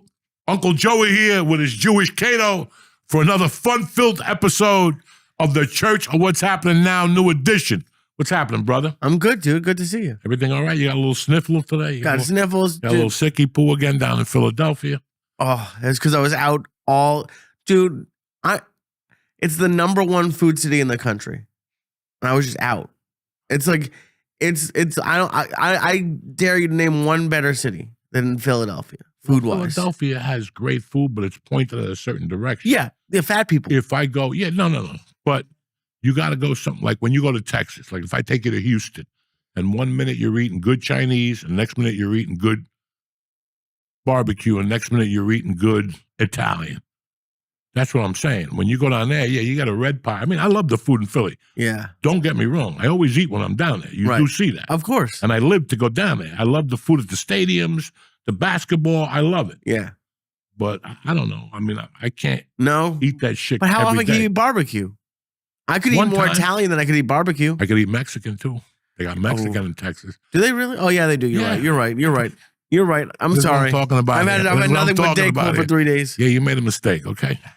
What But- mistake did I make? But Philly food is fucking great. Oh, it's No, the best. And I love the people. It was just It's a great beat. weekend. This is my favorite city to go. Just go down there and say whatever the fuck I want. Oh, I yeah. know nobody's going to say a fucking word. If you have Americans at your show, yeah, they're going to leave insulted. But the good thing about Philly is they leave, people clap. Get the fuck out. You weren't one of us anyway. So get the fuck out of here. It's that plain and simple. And that's why there'll never be whatever the word is, that woke. There'll never be that. It's always, it's like I told you. I took my daughter there and I didn't give a fuck because I'd rather her hear it from somebody else at that age than from me. And I told her, we're going into Philly. This is live. This ain't Memorex. This ain't fucking a tape. This ain't fucking Billie Eilish saying shit. This is fucking real. This is what was on what? There was like a dick on the I'm wall a or dick something. on the wall. And out. We didn't even go into the stadium. And there was already a dick and balls on the wall. And she goes, Dad, look. I go, yeah. welcome to Philadelphia. Once you see that, that's it. You know where you're at. You grab your kids and go, we're leaving. We're going to where there's culture. There ain't no culture in Philly. This is Philly. That's the good thing about Philly. This will always be Philly. And somebody will always call you out in Philly. And that's it. I mean, look at the people who've come from Philly. Look, I tell you, I'm going to get tickets. My birthday this year, they're going to do Julius Erving's birthday at the Spectrum. It's against the Atlanta Hawks. But it's Julius. I mean, he's turning 76. It's 76, so. And what are you gonna? And are you gonna get good seats, or like what are you gonna do? No, I'm going to sit up in the top with a bunch of fucking people that ICE made a mistake and arrested. That's what I'm going to do. A bunch of Mexicans got arrested illegally. Yeah, I'm going to try to get the best fucking seats. Are you gonna It's get my a Julius birthday. like jersey, or what are you gonna do? Yeah. I'm going to get a Julius jersey like an asshole. No. I'm going to go there and watch him, and that's one of my early fucking idols. He's one of the guys I kept. That's why I told George, I hope he don't die. Either him or me die before his birthday. Jesus. You know what I'm saying? That those tickets will be a waste of time. But we need to do a drinking game. Is how quickly you can bring up you dying every episode. listen, cocksucker. Every fucking Listen, episode, listen, you're dying listen, sooner listen. and sooner. It's the obvious. So when I do die, you go, you know what? He knew he was dying. He's a good dude. And I thought you won't be crying out like a pussy at the funeral. I'm taking the pain from you little by little, cocksucker. You don't see what I'm doing. Not too many people are going to cry at my funeral, but you will. With a Diwali blanket, you'll be fucking crying. I'm going to your house and taking every last bit of weed you have at that house and selling it on eBay. There's no weed left, okay? There's It's going to be like Ralphie May's wife selling everything on eBay. I'll sell all your stuff on eBay. Fuck it. Halloween's in the air. Yeah. What are you dressing up as? I don't know. Fucking Christian? I have no idea what I'm dressing up as. What are you? I haven't dressed up in fucking years. Neither have I. It's not my agenda, but I dressed up yesterday. What did you dress up as? The big bad wolf. And you had a whole wolf costume? Yeah, but it was lame. My wife made it, so it was like a fucking gentleman wolf. I had to make some adjustments. I had to get fangs and put some blood around my mouth and fucking, she got me like 2 little cat ears. I'm like, what the fuck? I look like fucking John Candy in Spaceballs. Like, what the fuck is wrong with you? I had a little cape and she got me a bow tie. I don't want a bow tie. When you're eating fucking girls, you don't have a bow tie. You just dig it in. They grab it to choke you and you're eating that fucking wolfy wolf, whatever. So the what fuck do you have, like panties hanging out of your mouth? What do you want? Like what kind of wolf do you I put want? my cat panties and I put them in my collar. You know me, dog. Why did you dress up? You went like trick-or-treating already? No, who goes trick? I don't even, blood dog. That's burning too many calories. I don't trick or treat. I cross the street. I get a fucking Hershey. What is that? The peanut M&Ms that taste like dick. You don't like peanut M&Ms? Yeah, but the little ones taste different than the good ones they give you. I didn't know that. When you're chubby, you got to know these things. That's why when you tell me you go to CVS and buy those little bags, I get upset with you. Oh. Because today, do a sample. Go get a bag on sale. Okay. And go get a big fucking bag of fucking M&M peanuts. Oh, yeah. Eat 2 big M&M peanuts and then take the ones from those little miserable bags. Oh. Eat 2 of those and see what they taste like. They taste like a fingernail. I don't get those little mini ones. Yes, you do, because you go to CVS. I go the day after Halloween. Yeah, you're a that fucking used to Jew be and a my half. favorite day. 80% off, and the fucking thing's really stale. They chemically make it to be stale the next Good. day. It tastes great. It's like this thing we went to last night, this Halloween costume. Every year, people enter the window. I didn't enter. Okay, I didn't even get up and dance. I had 1,500 milligrams of me. I wasn't going anywhere. I was just laughing by myself at the shit people put on, So why did you have a costume on if you weren't entering the contest? Because my daughter went. It was a family thing. Okay. So I wasn't even going to go. I was going to stay at Jimmy's and watch the fucking football game. Right. But I'm like, you know what, man? This is what you do. I don't want to do it, but this is what you got to do. Every once in a while, you got to be a fag and fucking, be That's what it takes to be a father every once in a while? Yeah, you got to fucking eat a bullet and dress up. And what did she dress up as? Go with your kids. She was something from some show. I don't fucking know. So it wasn't like a fan. I thought it was like she was going to be Little Red Riding Hood and you were going to be my wife. Why would I eat my daughter? You know what I'm saying? What a perverted motherfucker you. What are you talking about, eating her daughter? Yeah, my wife was Little Red Riding Hood. Oh, okay. And I was the big bad wolf. But now she told me Friday we have to go to another one. So I'm going to go out this week and get myself a really fucking big bad wolf. You going to be the same costume? You got to get something different. No, I'm going to upgrade this bitch. You got to be like Julius Irving. No, stupid. I'm going to work.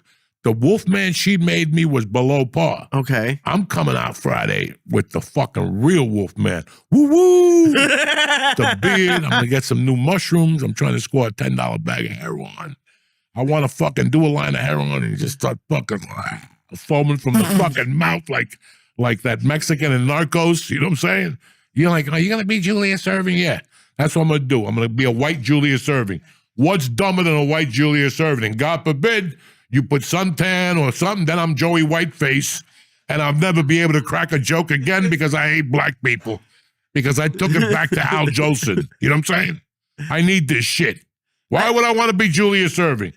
Anybody who puts black makeup on, it's like fucking raping a girl right now. If you put black makeup on and take a picture, you're done. You won't even get a job anymore in this country. You won't even get a fucking job. They'll label you racist and this and that, and it's not even worth the aggravation.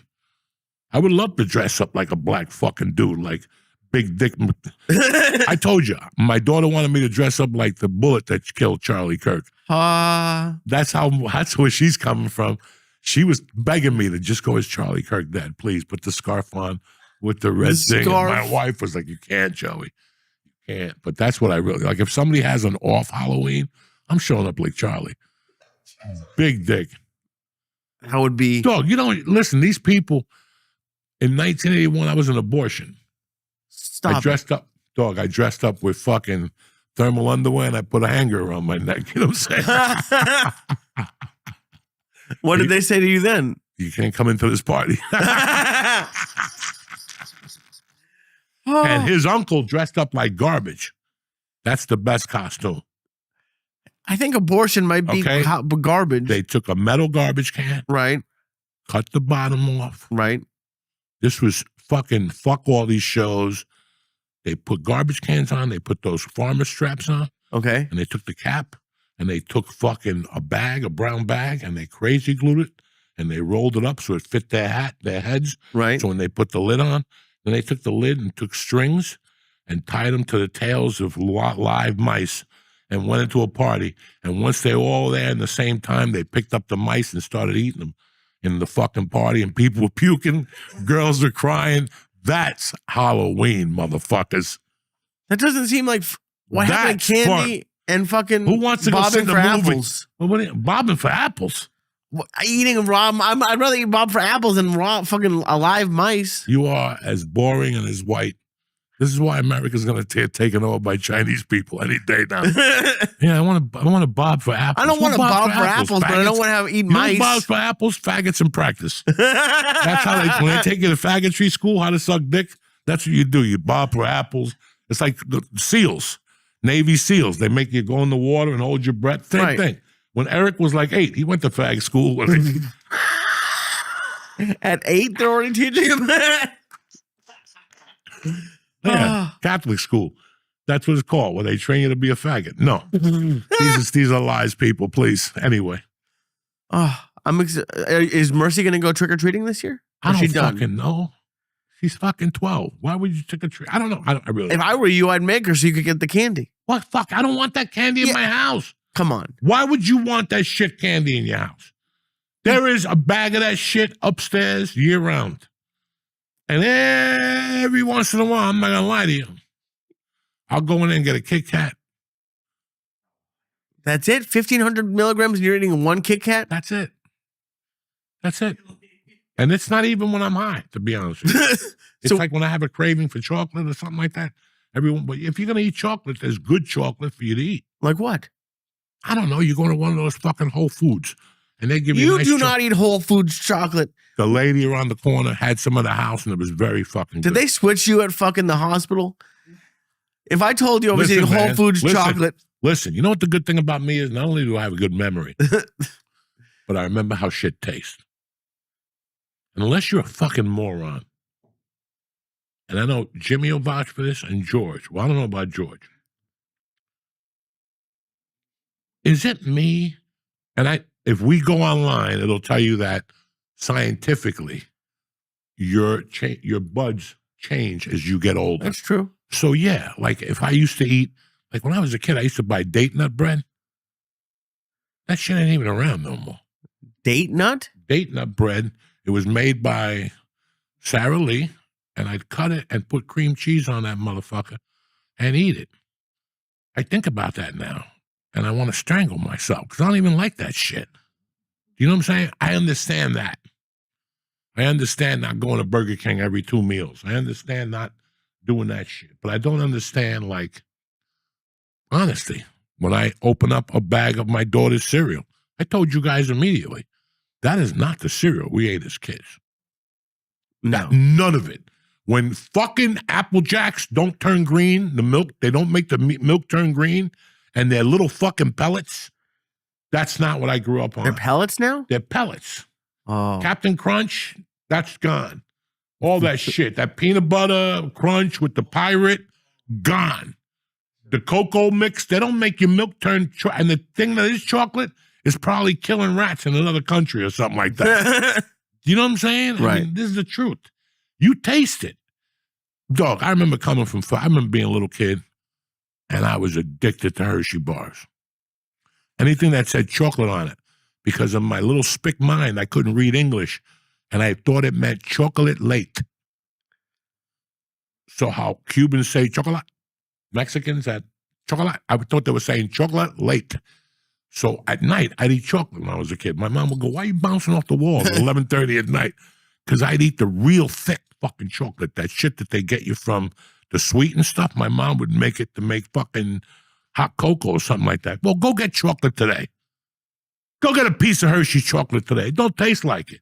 And I went to that Hersheyville in Pennsylvania, all right? And the Kisses tasted a little bit better. Okay. But look, get a Kiss now. Get a Kiss now. It's scientific chocolate. It's not fucking the chocolate we grew up on, guys. That shit's hard as fuck. No shit. Unless you leave it in your pocket Ooh. for 12 hours. Then you go in there and it's half melted. You got a little fudge on your fingers, but you don't give a fuck. You haven't eaten all day. You know what I'm saying? You need some sugar in your system. Oh, I I can't. That's what I would do when I was at when I was 300 plus.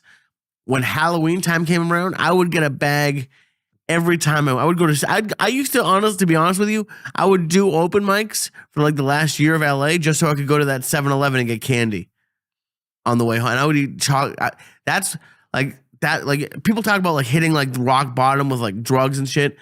Candy is my rock bottom because that's when Especially when you called me from Minneapolis and you said you fell asleep. You got so high. Oh yeah, doing a Twitch. You fell asleep on the chocolate and it melted all over his bed. Yeah. And he woke up covered in chocolate and fine. I'm like, wow. And then I ate it.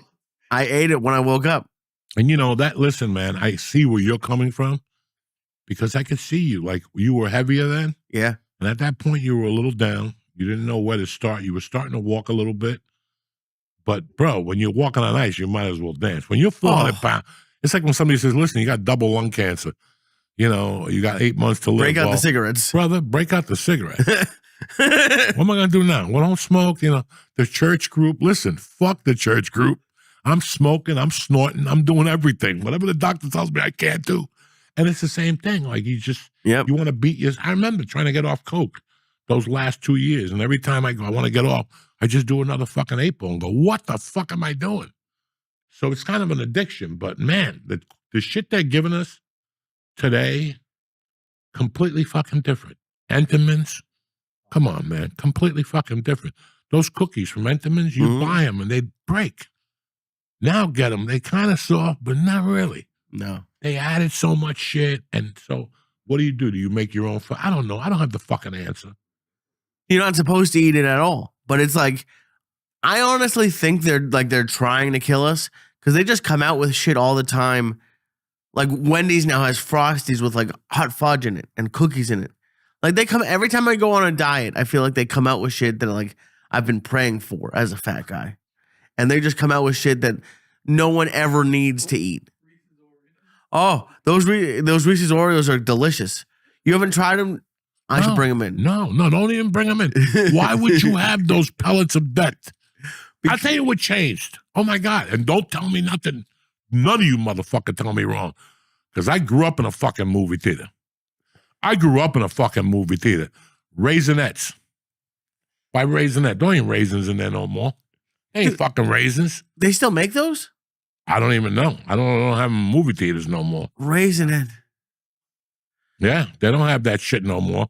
Popcorn? That's in, oh my God. Oh. What did you do? Friday fucking night, my wife goes to Philly. Friday night, listen, I got to tell you guys something. I read something that people who eat alone, go to the movies alone, are very resilient. I don't know what they're talking about. I love hanging out. Like I was watching that Mafia show. I was telling Nick I was watching that Joey Merlino show on Netflix. Okay. And Merlino's out with 14 fucking guys every time. In 1980, it was him with, I was telling Jim, him and 16 fucking guys. When I was fucking 18, 25, I had 10 guys with me everywhere. You got to tell people, don't call Lee because we have too many people to go to that Chinese restaurant. We'll fuck them up. Lee comes, we'll never get invited again. Like, not because we didn't love you, because we already rolling deep. Right. And today at 62, I can't find one fucking guy in my neighborhood to go to Bourbon Street and look at some Russian fucking snatch. You know what I'm saying? Well, maybe if you invited them to a movie. No. So I'm at home. They're in Philadelphia. I love going out by myself. Oh, it's the best. I bumped into like 8 things that night. I bumped into a woman who was saying stuff to me outside while she was smoking a cigarette. And I was like predicting the words for her. And every time I go, oh, and this would happen next. And she's like, how'd you know? You really know me. I just was talking to her. As I was walking out, she goes, you're from a TV show. I go, no, I'm not. I'm from fucking comedian. I'm a dirty comedian. She goes, no, I saw you the other night on some TV. No. And we just started talking. She was another old broad. Oh, my God. This woman went from talking about Marlboro to talking about sex. And I'm like, what are you talking about? And she's like, yeah, I love when some guy pounds my hair or something. I'm like, what the fuck? Were you at the strip club or just at a restaurant? I was at a restaurant, an Italian family fucking restaurant. I was walking to my car. It was hysterical. No one ever says this shit to me, Joey. I go out by myself all the time. I'm fucking high as a kite now. I got 1,500 milligrams in me. I'm rolling deep. I'm smoking 45% gunpowder. 45? Yeah, they have this new gunpowder weed. It's mixed with the weed. Oh. You take 3 hits of that, you're fucked up. I had that in me. I was fucked up. And I go home, and the girl's like 45 minutes away, like 1 hour away home from the concert. I'm sitting there watching something. I'm like, man, I go for some popcorn, right? So I go upstairs, and I see Jiffy Pop. Like the kind you put on the Pop, right? Yeah. And I'm like, oh shit, I haven't done a Jiffy Pop in 50 fucking years. That's a long time, So I read, I had to go get my glasses and read it, take the top off, and then you read the back of the top, and it tells you put it over the thing on medium and keep moving it fast, and it swirls. The thing swirls. So I'm fucking high as a kite, and all of a sudden I'm like, listen, I know I got problems, but I know I can make popcorn without a hitch, especially in these things. And I'm pop, and it's starting to pop, and all of a sudden, it's like the Little Rascals cake. Like it started going pweep-wah, not even the noises, but the one side just popped. And popcorn started going and hitting the wall. And I'm like, and all of a sudden the other side is hitting me now. Pop, pop, pop, and it's hot popcorn. And I'm trying to shut the thing. I'm turning it around. I'm like, and popcorn's everywhere. You're still trying to cook it? Huh? You're still trying to cook it? I'm still, because it's popping. It's $8 for a fucking thing. I'm getting something out of it. Half of it's hitting the wall. The other half is hitting the fire, and now the popcorn's on fire. Oh my God. And I'm like, what the fuck? But the paper towel is on fire off of fucking Jiffy Pop. And I'm such a fucking gavone. I am such a pig because, listen. You're eating it? Oh, yeah. Whatever was left, I just put it in the thing. I put butter in it like a Puerto Rican, heavy on the pepper. I mixed it all up. And, bro, everything I bit into was one of those like, I had 9 teeth when I started. You know what I'm saying? Now I'm down to 8 fucking teeth. Meanwhile, Terry walks into this kitchen and there's 8. No, I didn't even say nothing. I just went back downstairs and sat there on the thing. And she came in and she goes, I smell something. So something burning? I go, you're not going to want to know. And she goes, what'd you do? I go, I tried to make popcorn. She goes, the microwave? No, what microwave? I didn't see the microwave. I only saw Jiffy Pop. She's like, I already know what happened. She went upstairs. She's like, Joe Diaz, what the fuck? And I go, dog, it started popping from the side. It didn't even unswirl. It just started popping. Trust me. What happened to the microwave? Why didn't you just do a microwave popcorn? Because I didn't see the fucking microwave popcorn. Oh. I only saw it was in front of me, which was fucking Jiffy Pop. And I'd see, whatever. What's the name of it? Not Jiffy Pop. I think you're right. Yeah, whatever. I only saw the fucking Jiffy Pop, and I had seen it days earlier trying to get oatmeal or something like that.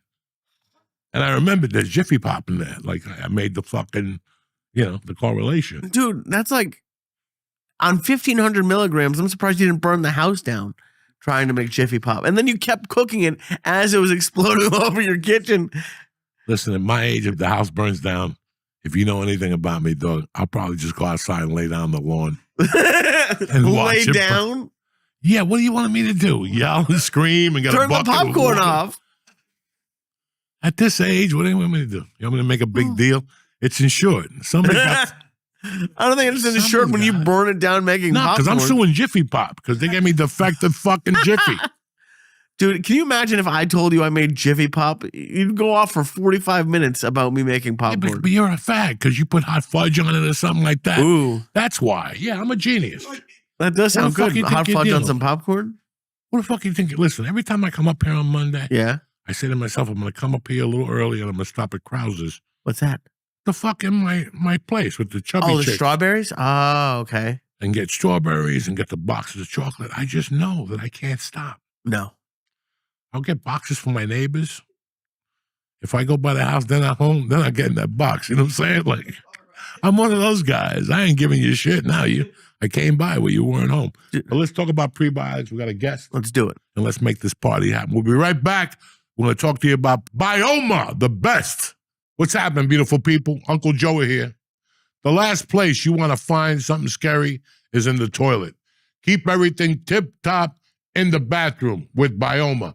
Bioma's blend of prebiotics, probiotics, and postbiotics helps restore a healthy microbiome. You're going to want to give Bioma a try and get things sorted out down there. Listen, me, I pop 2 of those things. I'm tip-top magoo. You understand me? Everything is rocking, smooth, Smoke comes out, forget about it. Stop waiting for your stomach to get better on its own. Get Bioma and get it together. It's not just about smooth, regular digestion. Your gut can mess with your hormone levels, energy, weight management, and even lifespan. Take 15% off your Bioma order to get started. Just click in the link in our show notes and press in code Joey, Joey. Bioma will get you tip-top magoo in time for the holidays before you start stuffing your face. Balance yourself out and take care of yourself. You want to be healthy through the holidays. Trust me. You don't want to end up like Uncle Joey in the hospital for 5 days. So go to Bioma. Again, that's code Joey for 15% off your order when you click in the link in our show notes. Happy Halloween. Kick this motherfucking Neil Lee.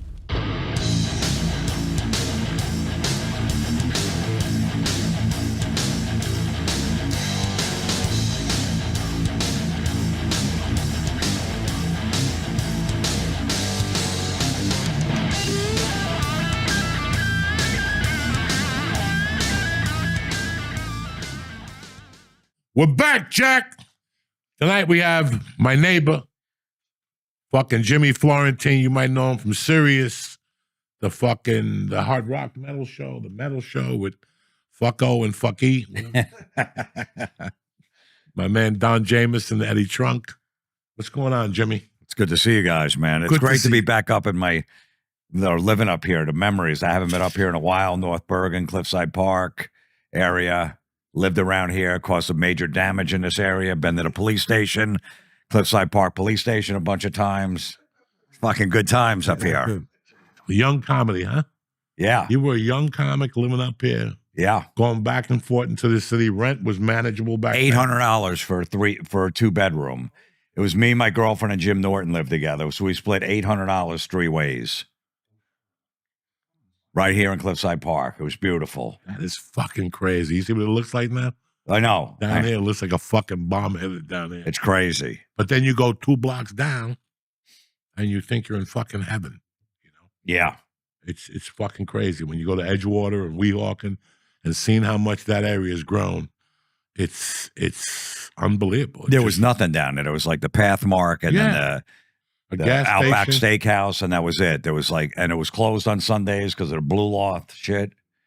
I remember there was no parking around by my street on Riverview Place. I come home late doing spots. So I got, and they have the yellow line, so you couldn't park there. So I bought gray spray paint, and I spray painted it so my car would fit over the yellow where it wasn't supposed to. I'm like, I couldn't find a spot at 2 a.m. around here. You drive around for an hour. So I just fill in the yellow with gray spray paint. Perfect. I got a spot. Did you ever get caught? No, never did. It was like 2 a.m. I just sprayed a yellow until my car fit. Isn't it great when you say fuck it and you're like, if I get a ticket, I get a ticket, and then you don't get a ticket, you come back and there's no ticket? And you're like, woof. I would have just said, hey, listen, man, I didn't know this looks like a spot. Meanwhile, your hands are silver from the spray paint. It's fucking crazy that for people who don't know this, when everybody was making the descent from L.A., everybody was going to Texas and Tennessee and Florida. I called my man, Jimmy Florentine. I go, Jimmy, I was coming back, but fucking the plan got foiled. I was going to move up to Bergen County, but something didn't want me to move to Bergen County. And I thought about where I was today for lunch. I went to my crazy brother's. He lives in Morganville. I used to go down there, and something about the area that I really liked. It was peaceful. Like, instead of staying up north, it was just fucking trees and fucking elk, and, he had a pool, and fucking it was sunny. It was just great. And Rascals was down there. They had a couple clubs down there, 2 or 3 clubs. I would stay with him for 3 weeks and go to Princeton, do Rascals Ocean, and then do Rascals and whatever the other West Orange. West Orange. I loved it. So I called you, and Jimmy's responsible for luring me to fucking Jersey. Everybody was going to Austin. I remember them calling me and going, hey, man, we need to talk to you. We got houses in Austin. And I'm like, that's great. I already bought a house in Jersey. Like, don't do it. Don't sign the paper. We're all going to Austin. Like, I'm already going to Jersey. It was like 1 a.m. when this conversation went down with Joe and Who else? Duncan. It was a bunch of guys. And we were all like fucking, Joe had a 3-way going over there. And he was, because all those guys during the pandemic would fucking Zoom at night. They would, that's how Zoom got big, right? They were Zooming at night to keep their fucking mind. So they were Zooming, and Joe was talking to me going, yeah, I bought the first house. Tony's next. And we found the house for you. And I'm like, I already bought a fucking house, guys. You had a house in 10 days once you called me. Yeah, my sister-in-law is a real 10 estate days. broker. She knows the area, the schools, all that shit. You got the kid. Terry talked to her within 10 days. Yeah, we got a house. 10 days. Dude, that was you bought a house without seeing it. Like you saw it on FaceTime, but you were never inside the house. I had a friend of mine look at it, and I trusted him. I grew up with him, you know, and he knows that type of shit. That's his fucking world. And he goes, go ahead. It's a nice piece of property, whatever. At that point, I just was happy to find something. Now, today, I wish I would have bought a different house, but I love my little house. I'm comfortable there.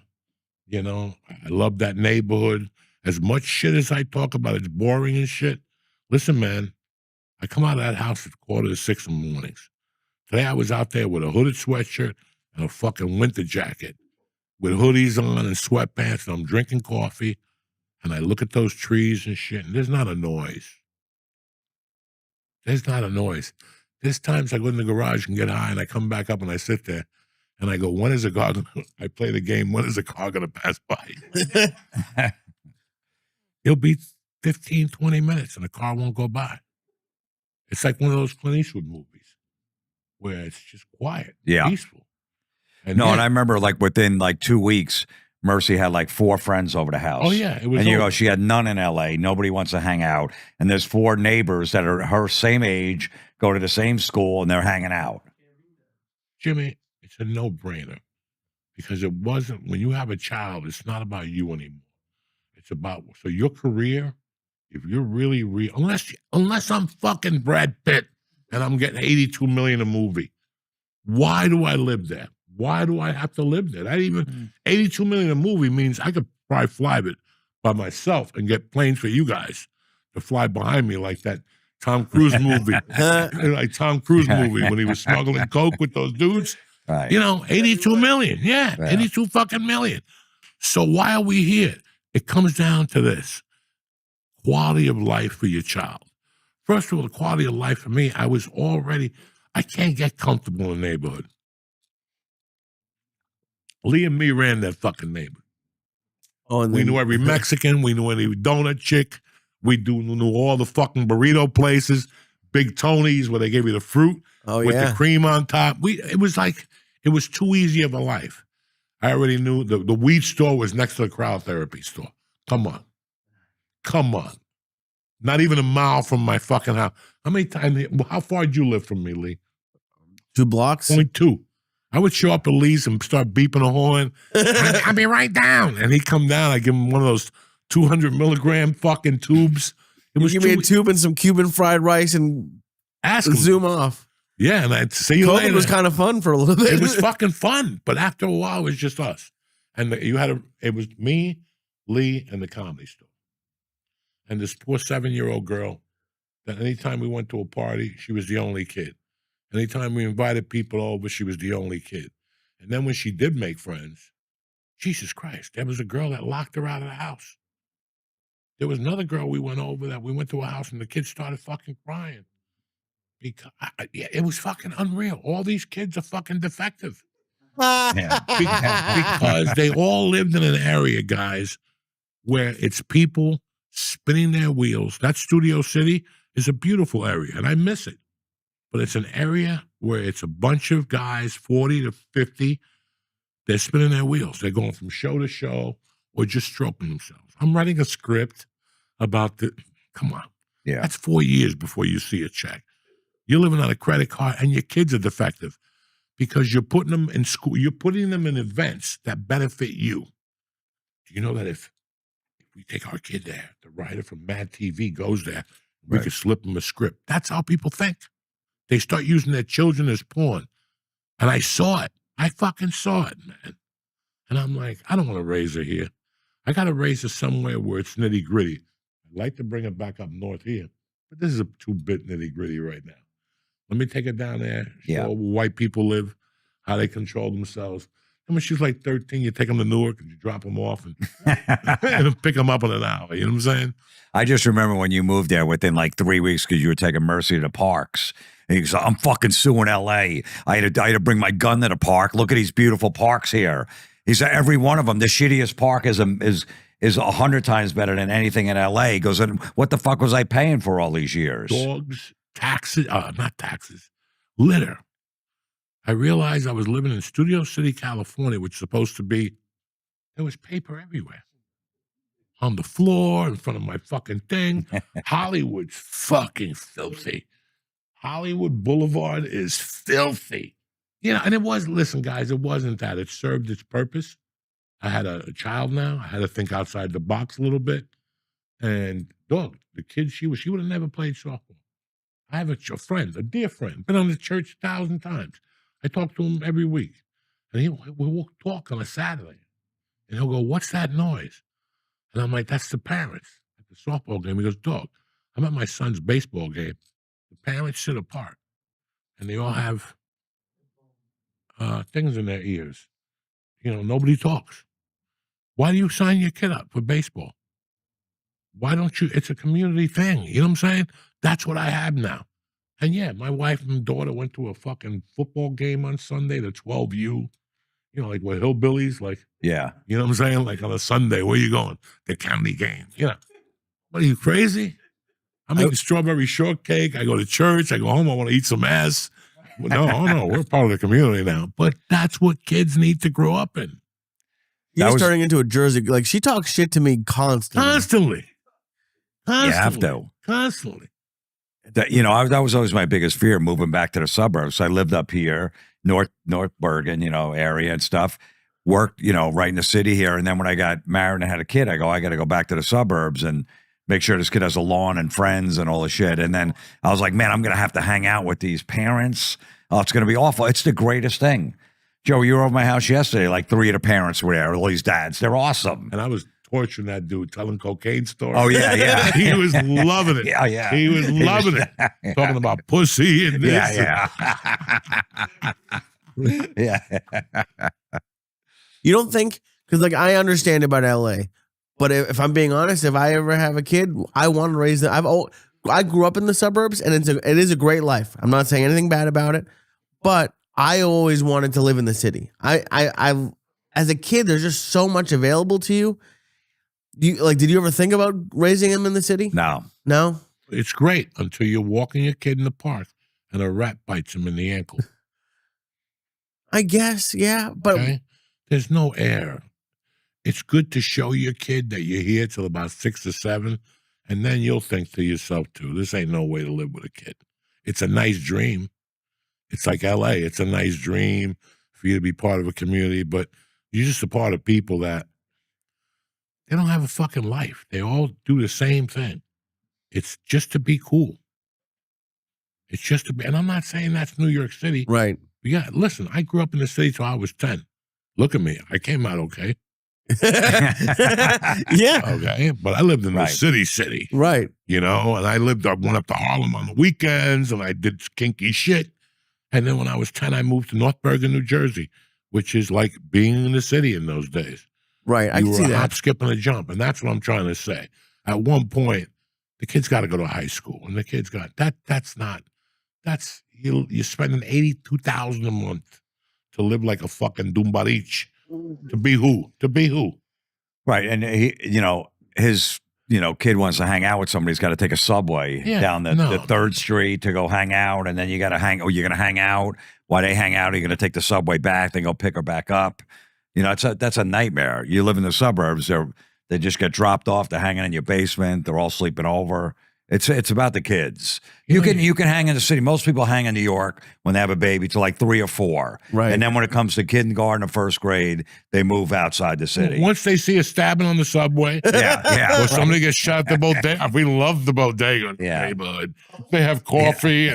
That's good. You keep buying that shit. And one day you do the fucking math. And you cannot be that stupid. You know, when you're a publisher, like John Lennon, You know, when you're a fucking music publisher, like if you write your music and perform it and own it, that's paper. And one day you go, you know what? What are these people getting for their catalogs now? Hundreds of millions. 250, 300 million to sell 70% of it. All right, you get that. You pay your taxes. That's it. You look at that and you go, how long do I have on the planet Earth? What am I going to do with that money? Okay, I got kids. Over the years, I put them away. You know, I put away money. This is just choosing how I die type money. Guess what, Lee? Guess what, motherfucker? What? I'm moving to Manhattan. Oh yeah. Do you understand me? With that 200 million, because it doesn't matter. My kid's 8. My wife's happy. I got a mistress. I got an 18-year-old chick that plays the bongos in Thailand. You know what I'm saying? I send her checks every month. You know, it doesn't matter. But to really be, it's weird when you look at value, Okay. especially in today's world. And the most important word that I never read was to about 10 years ago. I don't want to sound like other people. Was the word quality of life. How are you really fucking living? You have to take 2 subways for this, and then you got to get out. Listen, the ferry's nice in September. I want to see you out there in January. Yep. Yeah. Waiting for that. Yeah. Waiting for that ferry. You know, this is a heavy life. And Look, I don't want to drive around with, spray paint in my car looking for a spot at night anymore. I did No. that. I got a driveway. I forgot about it when I'm looking for a spot up here tonight. I'm like, I forgot I have a driveway. I don't have to squeeze in spots up here and shit too. That's how you'll get it at some point. We'll see. I mean, I don't know. The thing that I like about it is I can't tell you how much I was bored in the suburbs, and there's just always something to do. You're exposed to so much as a kid, even up in like the city. What are you looking at? here we go. You're convinced she's pregnant. She's not pregnant. I didn't say anything. Yes, you every week. I Every didn't time say anything every time that I come she's in here with a you walk in here fucked with up a eye, half you're a like, fucking she's pregnant. sty. 1 minute we're talking football. The next minute you just drop on us. You're getting married. You know what I'm saying? I know. Right around the fucking Christian holiday and Yeah, shit. it's weird that they get mad. Yeah. And I It's walked the And now best you're week of trying the to year. sell me on having a kid Yeah. in New York. This ain't the Lee I know. And You're a fucking Jew, okay? I walked in, Lee had a glow. I'm like, what the fuck's up? Yeah. All of a sudden now. Yeah. Yeah, I'm going to raise a kid in New York. Yeah, fuck you. That's great. He's asking Wait if till your kid gets bit in the ankle by a rat. Don't you ever hear about the rat the problem? rats hide from you. The rats. Yeah, they hide from you. Wait till you have a kid.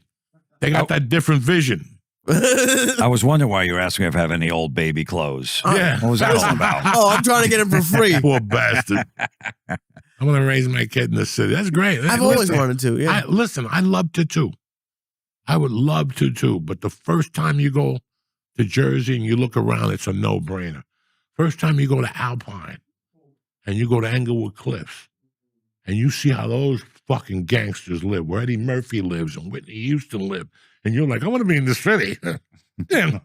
Yeah, I got to go up to 80th to get my car, and I got to pay rent for my car with my child, and I got a car seat, bring it down 4 flights of stairs, Mr. Right. Genius. And come on. It's a no fucking, that's why they moved there. Right. Even Mike Tyson, everybody, right there. Like The Tyson. Knicks, the Nets, the Yankees. You think they live in that hellhole? For 2 or 3 years until the accountant goes, listen, G Money. Right across that water, it's a lot cheaper. And that paper's a little better in taxes. Just not much. But you want space for your child. Right. You want all these fucking things. Look at the fucking schools in New York. What do you got teaching these kids? Even these fucking private schools in New York. It's a fucking nightmare. It's a fucking nightmare. I'm sure it is. And I appreciate where you're coming Isn't from. it a nightmare everywhere though? There's Yes and no, but you have to choose your fucking nightmare. right. That's where you come in and go, okay, I'm going to die slowly, but I'm going to choose my fucking poison here. And if my poison is going to be, listen, I have a friend that lives in Atlantic City and drives to the city 5 days a week. That's 2.5 hours. At what point, one way or 2 ways? One way. Do the fucking math. At one point, am I driving and I just take the gun and just shoot myself right at the fucking where it says Absolutely. easy toll right there. Boom! Come on, man. Yeah, fuck that. I love to rock and roll. Come on, I got rock and roll in my blood. But I'm also an old. Hey, how you doing? I'm also an old fucking man, and I know my timing, and I don't have that hour. Just Right. my back goes kaput. I could throw. Yesterday, I was throwing kettlebells. Just yesterday, I was doing deadlifts. I did a deadlift that was so heavy, I had to go home and nap for 2 hours. It jolted my system. I thought I was putting 25s. Right. I put 245s over at the shit. gym, and I was warmed Right. up and everything. And I went, boom, and I lift first, and I was like, oh God! Even my knee was shaking. I went back down. I ended up doing 3 of them. I was like, that's good for today. I'd hold on to the bike for a minute. You did 3 of them and walked right to the car? No. I did 3, and then I went over and did some shit to get my breath back. And then I jumped on the light kettlebell. I did 15 of those, and I was like, that's good. I've been at the hospital a week. What am I, Hercules? All of a sudden, I had a milkshake or 2 with with creatine in it. Who am I? You know what I'm saying? Right. I got to build it up. I have a heart attack. Fucking craziness. I don't know what the fuck I want. Like, that's the thing is like, Just get married. I'm working on it. He's one of these fucking Jews that'll drive you crazy. He's going to shoot himself one day. You think? You Yeah. give him a good What are you edible, talking about? he'll shoot Right. himself. Because his mind will go, if I give him the same edible that Mercy ate, he'll go with 100 ways like that. Because he's already thinking about all this shit. And all he's got to think about is being funny. That's it. He's getting married. She's in charge of all that. You got to fit into the tuxedo and show up. That's going to be another one. I hope she's not going for a fitting next week. Because that's not going to be bueno by the time you get to that thing. No, that's why I've been good. Yeah, I've been yeah, good. I've been good. I have. I saw that before. He just I had mean- 3 hot dogs. Yeah. I know 3 one hot hot dog, dogs. I know, God damn it. yeah, it's good. Don't rat me out. One hot dog. I did have 3 pieces of Please, bread I was trying to get one. I can't wait to Fucking see late in that AM. tuxedo. with a button. Oh, with the fucking button holding on with a Diwali on one side. There's going to be a monkey at the wedding, anything like that. 2 of them. Oh, dude, I got surprises for you at the wedding. Oh. I'm so excited. I have stuff at the wedding just to piss you off. We're having a whole hummus table. I'm doing a lot of shit at the wedding just to get you. I bumped into somebody yesterday that I have to give them your number Okay. because they were at the table with us at the Halloween party. And they're almost as retarded as you are. They're getting married on Sunday the 28th. Of December? Oh, I wouldn't do that. When's your First of day? all, Saturday is a good day, and you know that's the best week of the goddamn. I know it's close to. When have I ever asked you for Saturday a the gift? 27th? Yeah. Is bowl games. Right. What bowl? When do you watch a bowl? I've known you for 15 years. You not watch one single bowl Listen, game. If you're getting married on that day, I'm watching every one of those. But People, Yeah, we're people keep renting a asking. TV. Oh, I'm gonna have a TV You think there. you got surprises for me? I do. You forget that my dear friend, and he'll be the fucking witness, rented a room, took a TV from the room, asked the custodian for an extension cord, and put the TV at the wedding table to watch Nebraska, Colorado. Oh. Okay? At the divorce, my wife brought it up. His animal ruined our wedding. He put a TV at the wedding table and he bet Nebraska. well, yeah. Well, first of all, I was an idiot. I got married September 9th, 89. That's the beginning of the football season. Go fuck yourself. But Yeah, I but didn't, you don't like college football. doesn't it matter. doesn't matter. You're intruding in somebody else's time. Yeah. There's It's guys an out there Indian going, family and a "Fuck." Jewish family. Not one person watches college football in my What family. Jews? What, you're going to have Jews and Indians? I can't wait to see what that place smells like at the end of the night. You know exactly what it smells like matzo balls and curry. You know exactly what it's gonna and smell like. fucking Diwali fucking cookies. Oh my God. It's gonna be the And best. comics usually get married on Sundays because all the comics are working Friday and Yeah. Oh, Saturday. yeah. I'm going to get a job that night. I got a big Right. fucking job. All right, I'm already. doing a dojo. You want to be on the show? No, I'm doing like 10 shows. Right. Listen, people keep asking me if you're coming, and I'm like, I'll find out that day. You'll find out Yeah. that because you want me to tell you the truth, Lee, you fucked up. How did I fuck up? Because my wife wanted to go away this Christmas.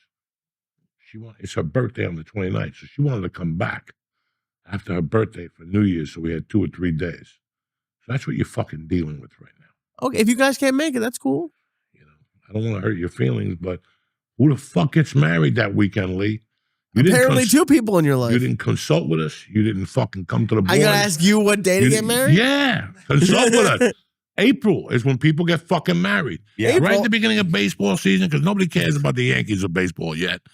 The only thing that's playing is basketball. They're in the playoffs. I don't look at the sports schedule when I'm looking to get married. Everybody should. Trust me. That's a weird week in between Christmas and New Year's. It's the best too. week of the year. Yeah, but No, a lot of it's people not. are out of town. No, And it's that's not. the best. They're trying so to- they it's send not. gifts and they don't come. Times are rough. Some of these kids not getting a gift because they got to go to your fucking wedding on the 27th. Whose kid is not getting a gift because they have to go to the That's wedding? what I'm Everyone saying lives to you. around This is here. what I'm saying to you. You pick the time of the year that's rough. New Year's is 2 days later. You understand me? At least get married on New Year's. If you're going to keep me out, You and I both know I'd get yelled at 8,000 more times for that. get married at 6 and get everybody out of there by 9 and go Diwali at your own fucking house. Oh, You know what I'm saying? Go jump Why up don't you and get down, married light on the- candles and play the organ. Why let's don't you go. get married on the Chinese New Year? Yeah. When's that? I don't know. Me I don't neither. know. Oh my god! And there was no day that would work for you. The only day that would work would be like February 44th. No. You're my brother. I love you to fucking death. I love you too. But again, Lee, again, when you have family, you sit everybody down and you go, this is what's going on in my world right now. What do I do? And you cannot get married. It's just a bad time. It's 2 days after Christmas. And you're also obsessed with this open bar, which we're gonna have, but you don't even drink. You have all these opinions about things that doesn't matter to Because you. I want the people to understand you're taking people out of a night for you. What do you do on This is December about- 27th? It doesn't matter. You don't do shit December You're home 27th. scratching my balls. I don't want to be surrounded by a bunch of foreigners jumping up and down. You know what I'm saying? Smelling like eggs. You know what I'm saying? If I could be blunt with you, I know the things I want to do, and that ain't on my list. We all have a bucket list. I'm 62 years old, Lee. I've seen it all. Unless she's gonna have some Indian chicks taking fucking flames out of their pussy That's with the the plan. little dots on their head, I'm in. But you know, I Oh, I'm love you to sweating. death. But who the fuck does the 27th? I'm gonna show you something. I'm gonna show you something that I just found the other day, and this is why I just don't understand people. I'm a fucking criminal, man, but I'm a different fucking type of criminal. I don't know. Somebody called me soft a couple of weeks ago. They were like, you know what, man, you're a little on the soft side. And I was like, you know what I went through in my life? For you to call me soft, you stupid motherfucker. How many people are going to be at the wedding? Like 80 to 100, not much. What do you mean? Oh, there's like nothing. I'm getting yelled at every day by my entire family. I have to invite cousins who I've never met to the wedding. Oh, that's How many are you going to be your family? Like half and half. Okay. somebody sent me they found an invitation to my wedding. Oh, Yeah. And I sat there and I looked at it the other day and I'm like, you know, at the time I sacrificed, because you get married to get gifts. I sacrificed all the gifts. And if anybody could have used the gift at that time, it was me. I was living in a single apartment with 10 fucking cats. oh, the second wedding. Okay. Okay. I thought you meant the Colorado wedding. And I remember calling her up and going, listen, we're going to get married. We're going to do this. But she was very smart. She goes, I got to get this motherfucker while he's hot. Because she knows that I changed my mind like the fucking wind. So she came home. We started talking about it. I called her dad. And we both settled on one thing. We both went for what we both didn't like about weddings. And that was women want to get married and they don't think about anybody but themselves. Okay? Not the dress code. I'm not talking about no stupid dress code, because I go to a wedding dressed how the fuck I want to. If I got to sit here for 3 hours, I'm going with sweats and sneakers. I don't really give a fuck about you, what your dress code Who has is. a dress? I'm not. We don't I'd have a rather dress not code. be there. It's not the dress code. It's just Who's the best man? No one. We don't have. It's gonna be a 20-minute ceremony, no religion, and it's gonna be a party after. That's it. you know, and me and my wife talked about it. And we go, how are we going to do this? Do we want to go to Tennessee? Do I want to come back to Jersey? I'm a felon. I want to come back here and have a wedding. It's got all them beans and kiss me and shit. So we both looked at each other. We go, what works? I'm a comic, man. I know that no comic is going to be there on a fucking Saturday. I know this. My life is comics. I don't talk to nobody. So I got married on a Wednesday before Thanksgiving. And I told people, don't bring a gift because I didn't want to impose on anybody. When I invite you to a wedding, it's 3 hours out of your night, and I'm imposing on you. And I'm not saying you. This is how I feel about all these fucking things. It's been years. At least I'm not having a vegan wedding like Listen, I'm Felipe. not talking about you, brother. I get it. I'm talking about anybody in general because it went from us going to Woodbridge. Remember when you 80s, 90s, you went to Woodbridge? Yeah. How many times you go to Woodbridge? What's the name? El Sol? What's the name of that fucking joint that has 20 weddings at once and fucking what? The Siesta. Yeah, that's where you went. Everybody went there. And I can live with that on a Saturday, Friday night. They had a bachelor party. You snorted coke. You rolled in there, fucked up. Everybody knew the rules. At every wedding you went in those days, parents were crying. All the women were crying. Oh, I can't believe he did it again. He promised not at the wedding. Fuck you. Yeah. You bought this fucking thing. You bought this line that this guy was not going to fucking. I remember they had a wedding in North Bergen and they robbed the purse. They robbed the purse by Veneries across the street. Who's they? There used to be a little wedding hall. Not me. I was in that night.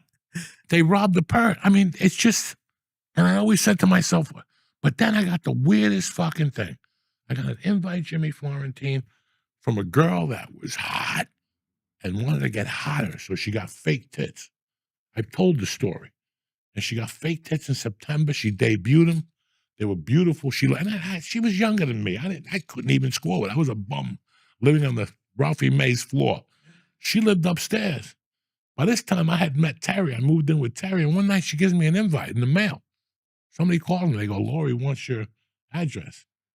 And I looked at this, and as much as I love Lori, I had to say something to her. Her wedding was December, New Year's Day, but she wanted you to fly to Mexico on December 26th. I was fucking so insulted. I'm like, and you had to stay till the 4th. I didn't tell you that yet? So 9 days or something? For you to, that's not fair to me. No. The 26th, I don't know about you, but on the 26th, 90% of people in this country are going to have bunny rabbit ears. Think about it. We're going to have not me, but there's a lot of Americans that are going to have bunny rabbit ears. Right. A lot of Americans right now are working hand to mouth. I'm not saying you, Lee, I get it. but I'm talking about this shit that you have to think about this. You know, I don't know. I don't fucking know. I really want to go to your wedding. You're my brother. I really want to go to your wedding. But like I said, my wife wanted to get the fuck out of here this year and not go to Tennessee. I don't want to put up with that shit again with the organs. Somewhere, no Hawaii. Somewhere close. You don't want to get lost during the holidays either. I don't want to be that asshole at the plane. We're here for 3 days. There's a snowstorm. If you can't make it, You it's got to cool. be back here by the 26th or the 27th. I was gonna say, there's no way you're gonna be at the airports around you every year. We never left LA during Christmas specifically because you're like, I'm not going to the goddamn airport But during I got Christmas, a fucking getting caught. child, Okay, and she wants to get the fuck where out else of do here. you want to be in around Christmas time than New York? Miami Beach With Jews? with Cubans. Okay, And I'll tell you what, just so you motherfuckers know, because if you don't know, now you know. Ready? JSX now Right. flies out of New York City, and they fly direct to Miami. Ba-boom, for $380 fucking dollars or something like that. So if you're stuck, you don't have to go to Newark no more. It's a little airport in New York City. Look it up on your website. They just started fucking doing it. nice. No, you don't have to go to what? The city, motherfucker. Wow. NYC. They're flying direct. Only like 2 or 3 fucking places. But that's where they're starting. They got a lease there for till next June or something like that. I'm praying that they go to Tennessee, so I go to Tennessee with them. You know what I'm saying? JSX, that's how white people travel. All right? And it don't cost you an arm and a fucking leg. You pull up with your car, they sense you, you go on the fucking thing. It's only 34 people on the plane. And the planes are halfway. They're halfway fucking full. 3 times I've flown them. Everybody flies from Vegas to fucking California, Burbank. That shit Southwest, that's ice people. You know? It's in New York. Maybe that was the place where Epstein's plane was going out, going down to Palm Beach. Because I was going out of New York. I don't even think that was going out of Teterboro. I don't know what the fuck is doing. I don't know about that world. I know. Nor do I want to know. That doesn't involve me. Dude, to be honest, I was surprised that you were even considering coming. Joey always goes away between Christmas and New Year's. No, Never Always- once. Never once has he gone No, away. it's in Jersey, right? You have, right? Didn't you go to Tennessee a I couple went to times? Tennessee one time, but I came home the next day. Right, yeah. Exactly. That's why. That's like I'm doing it in right in the city. It's going to be super easy. There's tons of parking Don't nearby. tell what people. I'm not. I'm You're not. gonna get mugged before. A That's lot- the What I need is busiest for you to week. get mugged with a tuxedo. all in one. Why All, don't you get beat up with a tuxedo? all in one Now, place. listen, if you call me and say you got beat up with a tuxedo Oh, that'd on be the night of it's your going to be wedding, you. I That- would be so fucking happy. Oh, thank you so Oh much. I my appreciate God, that. I would be fucking. I'd be blowing. This wedding is candles. going to be so easy. It's all in one place. It's gonna be It's easy. nothing but good food. Look at There are a couple things to piss you off, which is going to just like even if you're not there, just Well, there's a know. lot of foreigners, so I understand. The week between Christmas. Oh, shoes are mandatory. No, Yeah. we have sandals for you at the door. No, covered shoes. Covered shoes, no open feet. Like, you're killing me. The week between Christmas and New Year's is like the busiest week in New York City. You try to go in New York on those days, if you're driving, hour wait at each tunnel. Everybody's coming to New York. It's all tourists between that week. The city is packed. I'll take an Uber over to his wedding. I'll take an Uber to the. I'll drive up to Edgewater, Weehawken, take the ferry over. Yeah. I'll be out there with those penguins out there freezing, and that's what I'll do. I'll Yeah. shoot right over.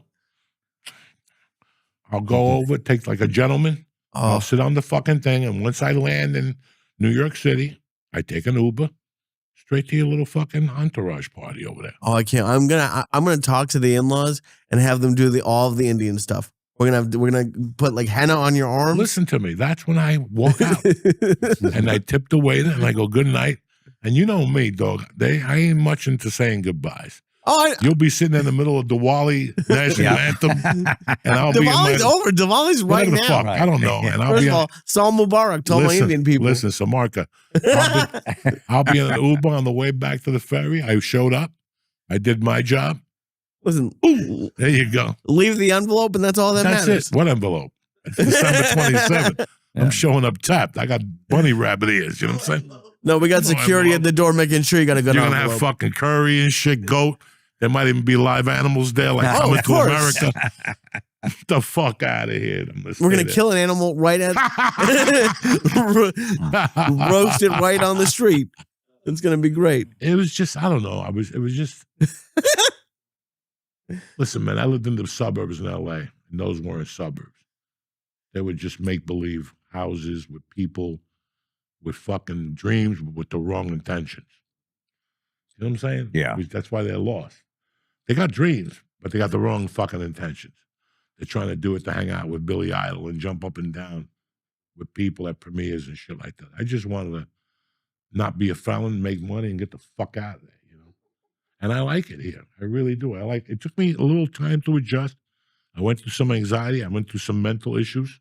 You know what I'm saying? But I started eating edibles again, and everything started working out in my life. When did you stop eating edibles? I took a little breather there. You for a did while. not for like what, an hour? You always say, "Oh, we're taking a break," and then I call you 6 minutes later and you have edibles. I'm bored. That's what you do when you're bored, Lee. You fucking get like Saturday night. I talked to somebody, and if I had heroin, I would have done it Saturday night. Just a little taste, Right. just to get me out of the house and go somewhere for a drive, and maybe cut somebody off on the 9 or something like that.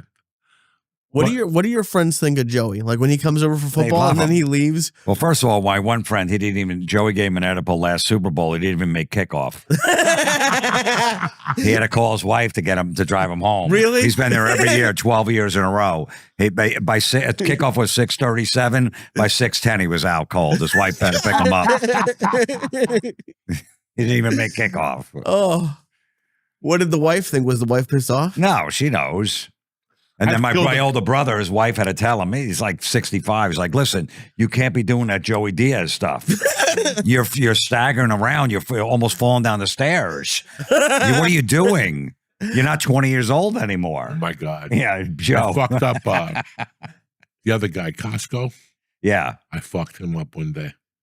One day- Opening day you did. Yeah, he just laid down. He laid down on the floor. He didn't move for like it was through the 1 o'clock game, the 4 o'clock game, and the night game started. He got up in the first quarter. He was down for like 7 hours. And The first season, Jimmy cut a deal with me. He goes, just bring goodies for the guys. Don't worry about anything else. So I would bring gadgets, and they would lose their fucking minds. And there was one guy kept putting those ABX tablets in his fucking soda and his beer. No, you But they wouldn't. would, like 10 of them, they would. because so he came over the first week. He goes, that guy's a fucking problem. He needs to calm down. I'm going to dose him next week. We need some peace in this basement. And he fucking was dosing him. Oh, Listen, man, I hadn't been. You got to remember something. What Jimmy does on Sundays is a forgotten fucking thing. Because in L.A., people did it. But think about it. When I first got to L.A., it was that manager that did it. That had the house on Sundays. Yeah. They Everybody played went- wiffle ball or something. Yeah, like everything was fake. But they were all trying to run jokes by the guy and shit like that. I never showed up. And then there was somebody else who did it. But he was a celebrity. So you had to go over there. And again, Kimmel it used was to do all it people- too. Jimmy Kimmel used to do it too. Yeah, I never hung out with that fucking freak. You know, I don't hang out with those creepy people and shit. Right. But yeah, there was somebody else who did it. But then I went to your house that first Sunday and I was blown the fuck away because nobody gave a fuck. Racial slurs, that you think she sucks dick, like every announcer, she's dead.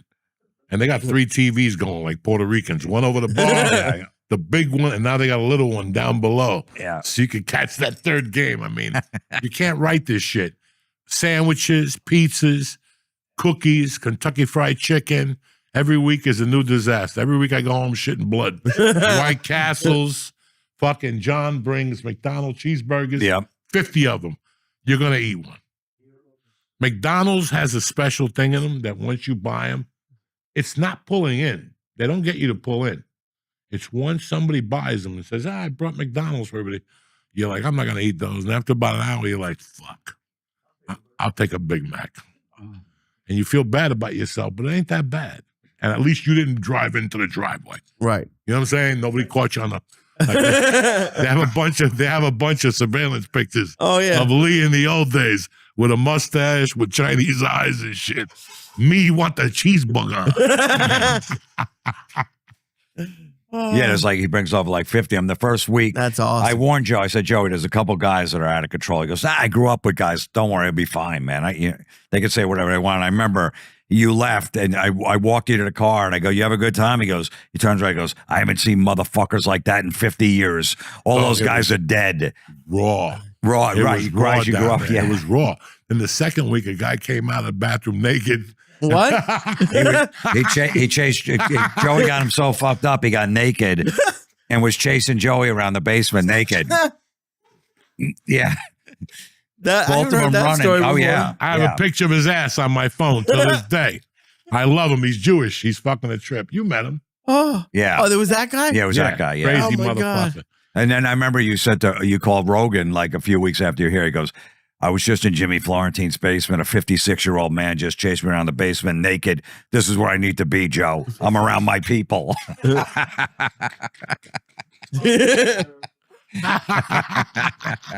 It was such a fucking, you go to these comedy football. Like, I never went to comedy anything because everybody's trying to how funny everybody. Yeah. I don't want to hear jokes. I want to come see the fucking football game. I want to hear jokes. I'll go for your jokes. You just want to be natural. And that's why at your house, I'm very natural. In fact, I don't say dick. I go off for a little while. I fart because I'm the king of the farts. I'll fart by people and shit. I'll blow their fucking wigs off. That's great. You have a couple of those McDonald's cheeseburgers and then just fart? No. Those McDonald's cheeseburgers sit through your fucking stomach. You blow those out of your ass way later when you least expect it. When I did those deadlifts, the first one, when I put it down, dog, I had to walk over and all of a sudden I smelled something. I'm like, oh my God.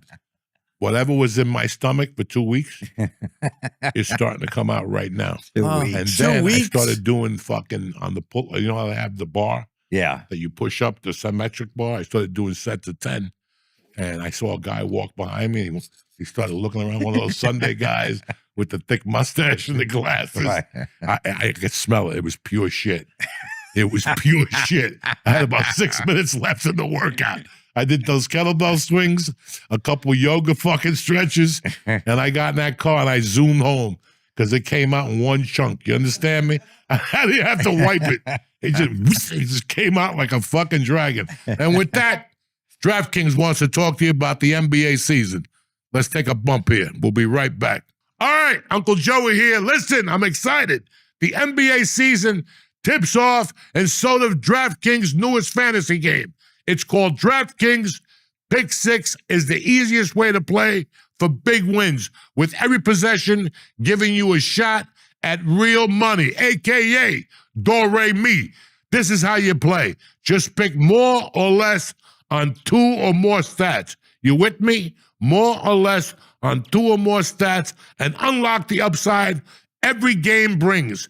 Pick Six is now available in Texas, California, Missouri, and beyond. New DraftKings customers, I'm talking to you right now. You can't miss out on this. New DraftKings customers get 50 in bonus picks with just a $5 entry on your first pick set. Who's better than you? Nobody. Don't have to watch basketball. Just cash in. Download the Pick Six app now and press in code Joey. That's Joey.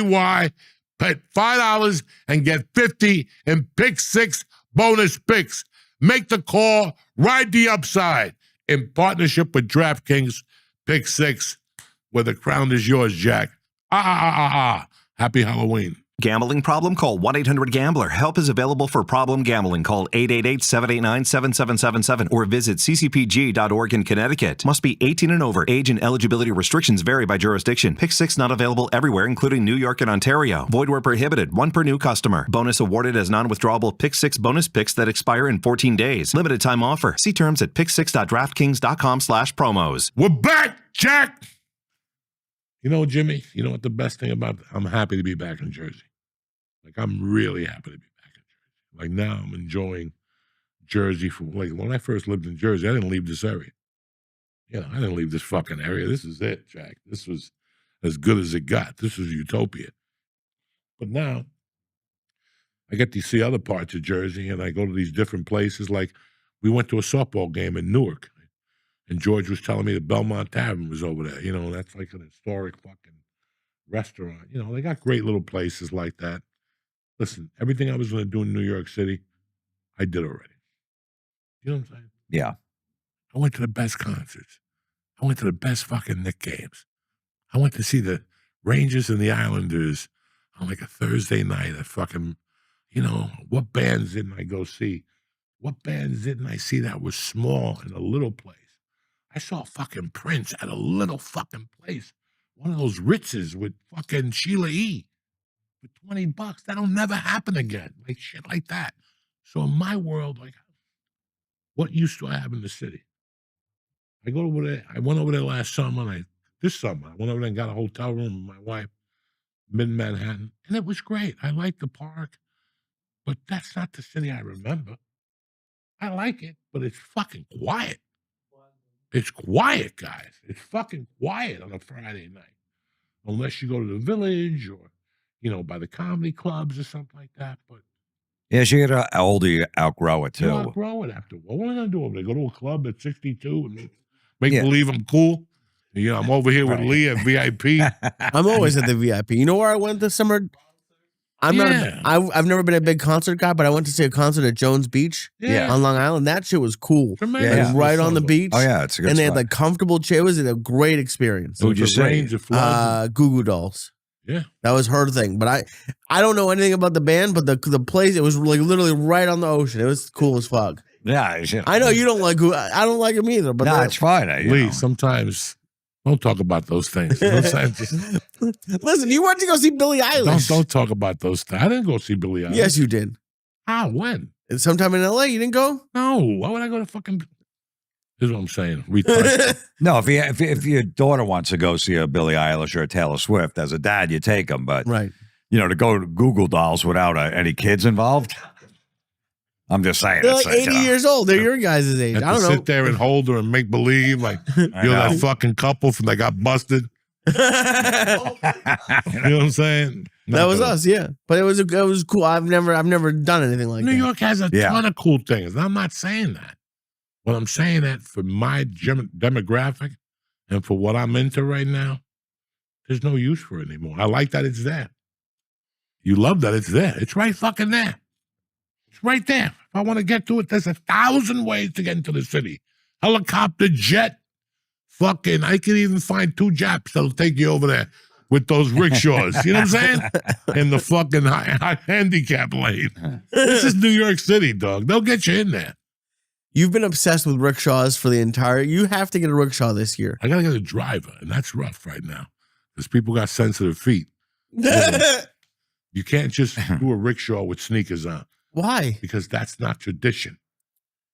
People want to see you run on the fucking on Route 3 with fucking outrun that fucking right off that ramp. That little Japanese guy with a bowl of rice, me whipping him. Go, Chino. Holy shit! Anyway, thanks for fucking making this. Now this podcast definitely going to be 25 and over. What did I say?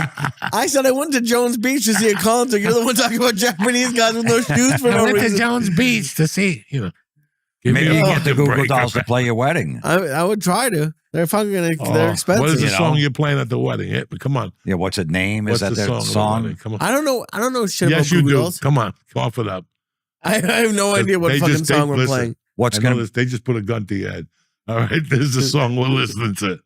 Some fucking people gonna come on. Oh yeah, we're having an Indian band. What's the wedding you? song going to be? Your wedding song? I have no idea. Come on, you know. I don't.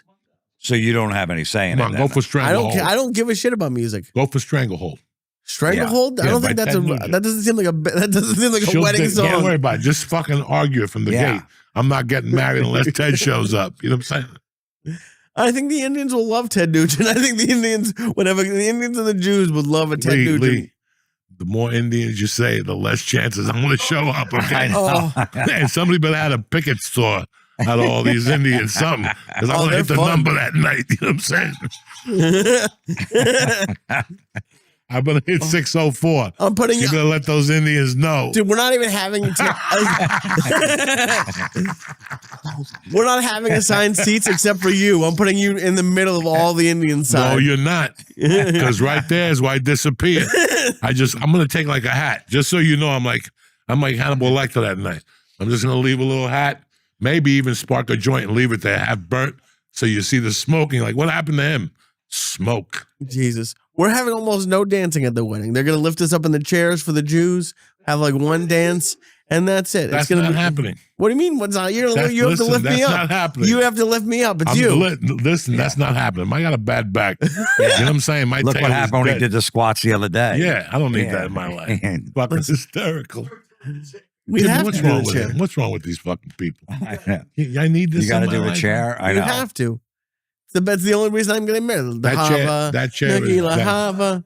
That chair is breaking, dog. We're Oh breaking. yeah, We're we're getting a breaking. Not on reinforced purpose. chair. And I'm in on the break. I'm suing too.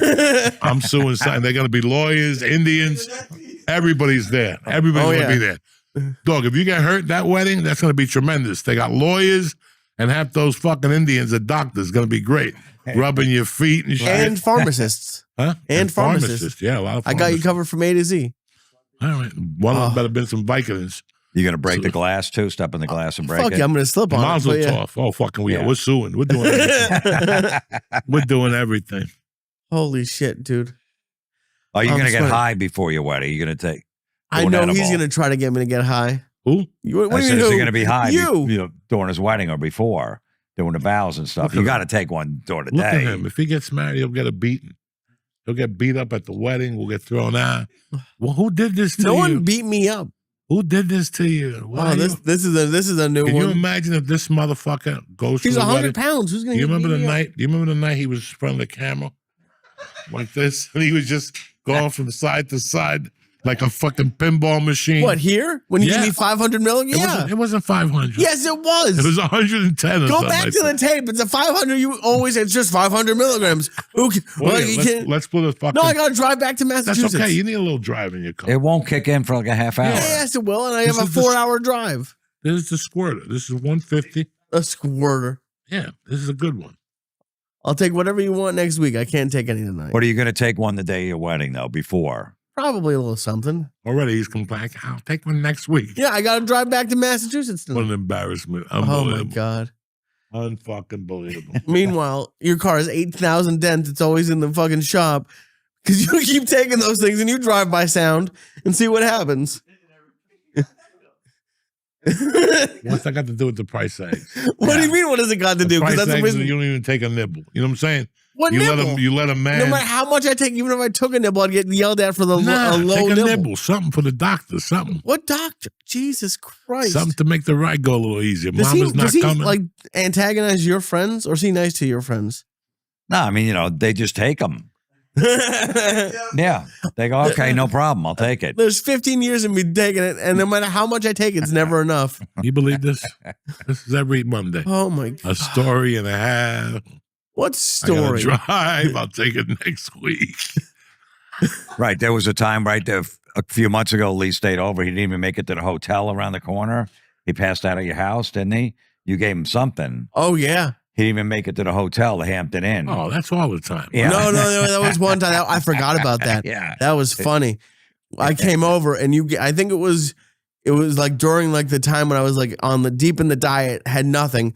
You gave me edibles and mushrooms. I had a hotel room and didn't make it to the hotel. I didn't even, I And then walked one in. night he walked in so high with a piece of pizza. Oh yeah. There's a Chinese woman working behind the hotel. She hated desk. me the whole And time. Lee walked past her and then walked back and he opened up the pizza and he's like, "You want a piece?" And she's like, "Are you fucking crazy?" He told me the next morning, "No wonder they hate you over there." Oh, they hated me. Because I was there like 18 times. And there's one woman, I've never had anyone at a whole, I was high as fuck. It was the first time I came to visit you. Steve Simone got the place I was this weekend. He got a tomato pie. And yeah, I was being a gentleman offering it. And yeah, looking back on it, I was slurring my words and fucked up. Ah, sure So I you can are. understand why she didn't want some pizza. And she was working there the whole time. She hated me every time I came to that hotel. Very nice. You know, Jim, what's funny that we're older now.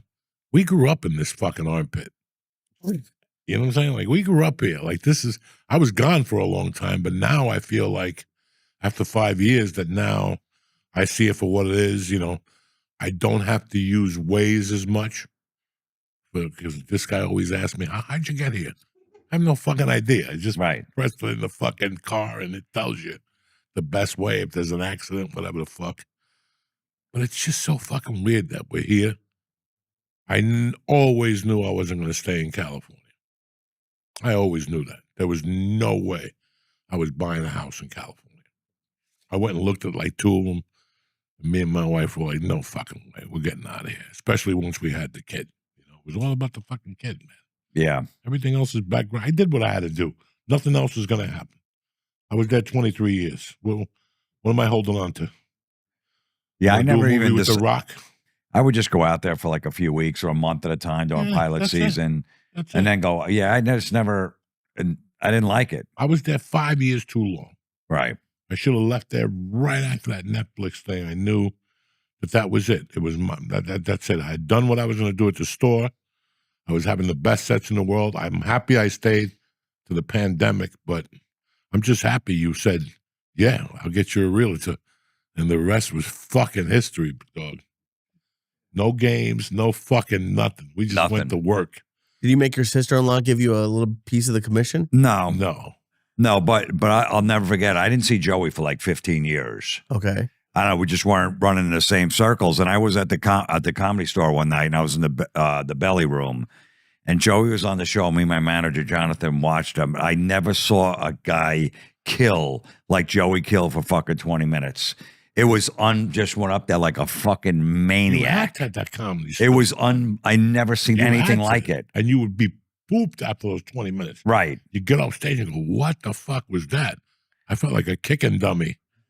Like somebody was kicking me for 20 minutes straight. But Right, had and to you go said up. you had to go. You were there, then you went to the main room, then you were, the original room, yeah. and you'd have to follow like killers like D'Elia in his prime and guys like that, Burr and stuff like that. So you're was going after rough. these monsters. The first 6 months that I went back, Right. it was fucking school. Just following Ali Wong one night, I was like, holy shit. Yeah.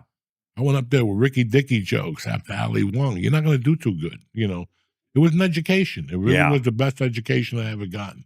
But it's funny, when I first met you in 97, I asked you where you were from. You said Jersey. You told me Old Bridge. Well, in those days, that was like telling me Transylvania. I didn't know where the fuck Old Bridge was. I knew Hudson County, Bayonne, Vineland, But I asked you where you lived at the time, and you said Weehawken. And I was like amazed. I'm like, this motherfucker's got it. He lives in Weehawken, and he does comedy in the city. That's fucking genius. And then years later, I saw that you were on Howard Stern. I was blown the fuck away. I was like, and then you were on Ozzy's Boneyard, which you still are. It's crazy you're still fucking on there. That's fucking tremendous. You know Like what I'm 15 saying? years now, yeah. No, I used to live right on Gregory Avenue. That was the last street right before going down down to the tunnel, down the Lincoln Tunnel. So I used to take the little jitney bus into the city every night. $1. They'd let you off in the middle of But the... that's when it was manageable. Yeah, they You would didn't let you go off in the broke. Lincoln Tunnel if you wanted to. You didn't have- as soon as you got in traffic outside, you got the tunnel. Yeah, get out, let me out here, and they just let you out.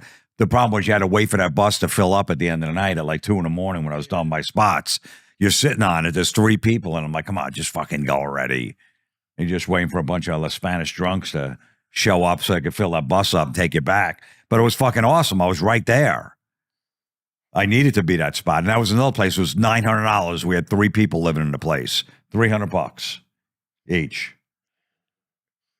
It's just so weird that I missed the boat. I always wanted to come to New York, but then I got involved and blah, blah, blah, blah. And then once I got here, I'm like, I'm not driving into the city every fucking night. There's no way I was doing. You've never been in the city at night. Can you believe that shit? I know. Since It's I've crazy. been back, I've done 5 shows in the city. Those places at Sony Hall. Right.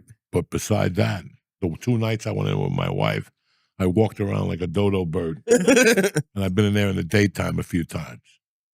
But it's funny that, for years, we would tell stories on podcasts and shit like that. And people would, pull you aside or pull me aside and go, where the fuck did you grow up that you had that type of lifestyle? Like what you failed, and I failed to tell these people, is that home I go to on Sundays to watch football. These guys have known each other since they were 6 or 7. Yeah, first grade. First grade. You don't see that. That's real. He's got a friend that was a bouncer in the village and wrote a book. The guy's one of these guys that's a tough guy, but I could tell he's kind of smart, and he's got a good heart for you. And this is one of those guys that if you get into a beef, he'll die for you. If he loves you, this type of guy, they die for you. This ain't no guy in Hollywood that goes to kickboxing class at 6 a.m. He eats kickboxers for lunch. Tell him what he told me the other day when we asked him what his fighting record was. He was a bouncer in the village for 10 straight years Okay. at this place called the Red Lion. And I said, Kevin, tell Joey what your record is fighting. He said 227, 94, and 2. I love that he kept track of everybody he had. Now, there's people who they're lying to you. He ain't lying. By looking at this guy, you just know he's the last of those guys that, you're not going to talk to him about toxic masculinity, because he's going to knock you. He doesn't even know what that is. He's another guy. I gave him a joint. He said he was high for 2 days. Yeah. He said he couldn't go to work the next day. You're not fighting anybody after one of Joey's joints. But it's just crazy when you meet these guys that are real. You're meeting people that are fucking real. This is a real guy that gets up and took the bus over there and drank from the morning. He was telling us that he would start drinking in the morning and he had to work the doors. And when you meet those kind of people, and they're real, these guys aren't. This isn't fucking St. Elmo's Fire. This isn't one of these Hollywood movies. This isn't Ocean's 11 with George Clooney. They're all friends and they all hang out because they really don't. They really don't. When you go down to that basement on Sundays, you feel it. You're like, okay, I'm somewhere. I don't know these guys, but I do know these guys. I grew up with these guys. One guy's yelling racial slurs. The other guy's talking about the Giants. The other guy, the two guys in the back talking about property taxes. You know what I'm saying? And you sit there and go, wow, where I came from, this would have to be acted out. Those two idiots in the back will be talking about the script they're going to sell. These two homos over here are talking about how they're not homos. You know what I'm saying? These, everybody's talking about whatever project they have and how busy and how much money.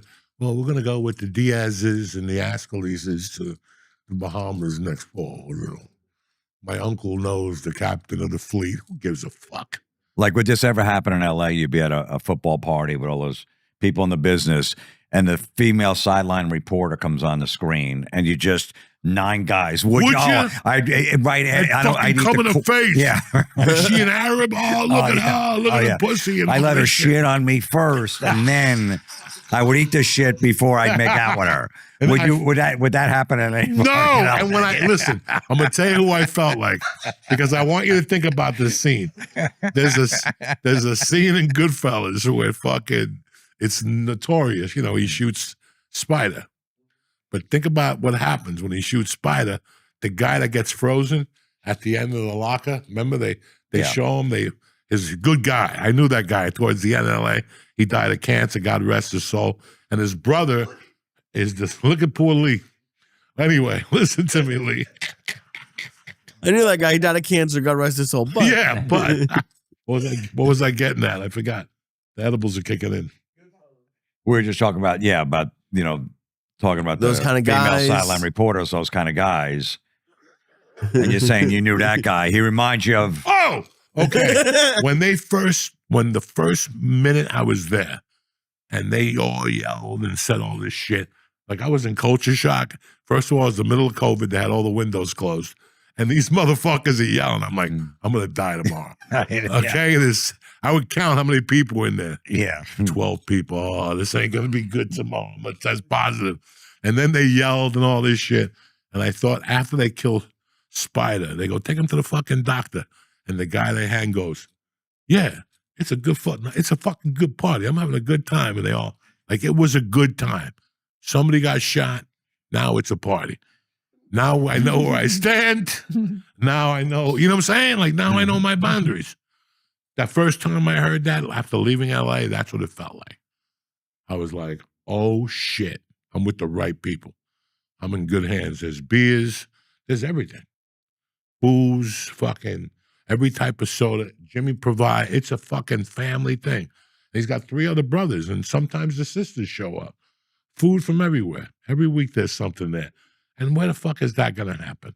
Unless in LA, if somebody's got a script and they're casting it, then we'd all be there. Let's go see Jimmy. Jimmy, who did decide on by halftime? He's there. Somebody's all work. Dog. Oh shit! I'll tell you what. I went to one Super Bowl party in LA. I can't say his name. He was at this party, and guess what he did, Jimmy? In fact, let's take a $1 bill. See who could guess what this motherfucker did at a Super Bowl party in Hollywood. They invited me out of the Comedy Store. Right. The guy is from Jersey. He lives in Jersey today. And he was part of this Super Bowl party. What do you think he did? There was like an agent there, and they were all kissing his ass. What do you think this guy did at halftime? I have a guess. With a $1 bill? No, we're going to bet a $1 bill each. Oh, bet it. That nobody could guess what the fucking guy did at halftime. Shut up. 2. 2. 3. Passed out headshots. 4. You're the closest so far. Okay. Put on a videotape of maybe his act or set or something like that. Or maybe his This motherfucker like brought his stand-up set and snuck it to some girls, and he made the girl at halftime go, let's put this in. Oh no. And people are like, what's this? And the guys in the back like, that's a football party in L.A., guys. Was it good at least? He lives back in New Jersey. He's He's not retired. no, not at all. But trust me, it was that. That's the thing. Everybody's going to be seen. Nobody cares if you fart, if you scratch your ass, if you fucking. There's a kid who used to go there that would just drink Coca-Colas. 12 or 13 Coca-Colas every Sunday. And then he would just crash. Little retarded kid. Yeah, we lost him. He's in college now, right? Right, and then he would just crash and he couldn't even move on the couch. Fucking hilarious. Were you putting edibles in the Coca-Colas? No, and then he would just like, and he wouldn't say anything, and then he'd get all miserable and mad. Like it really fucked him up because he couldn't drink Cokes at home, so he'd just be guzzling them. Hysterical. And the guys would count him. Look, he's on his 8th one. And he'd be popping another one, dog. And you're like, what the fuck, guys? It was always, it's always something, but it's real. It's organic. And that shit just didn't happen for a long time. And now I'm always busy on Sundays. I go for the halftime, just see what Miami's doing.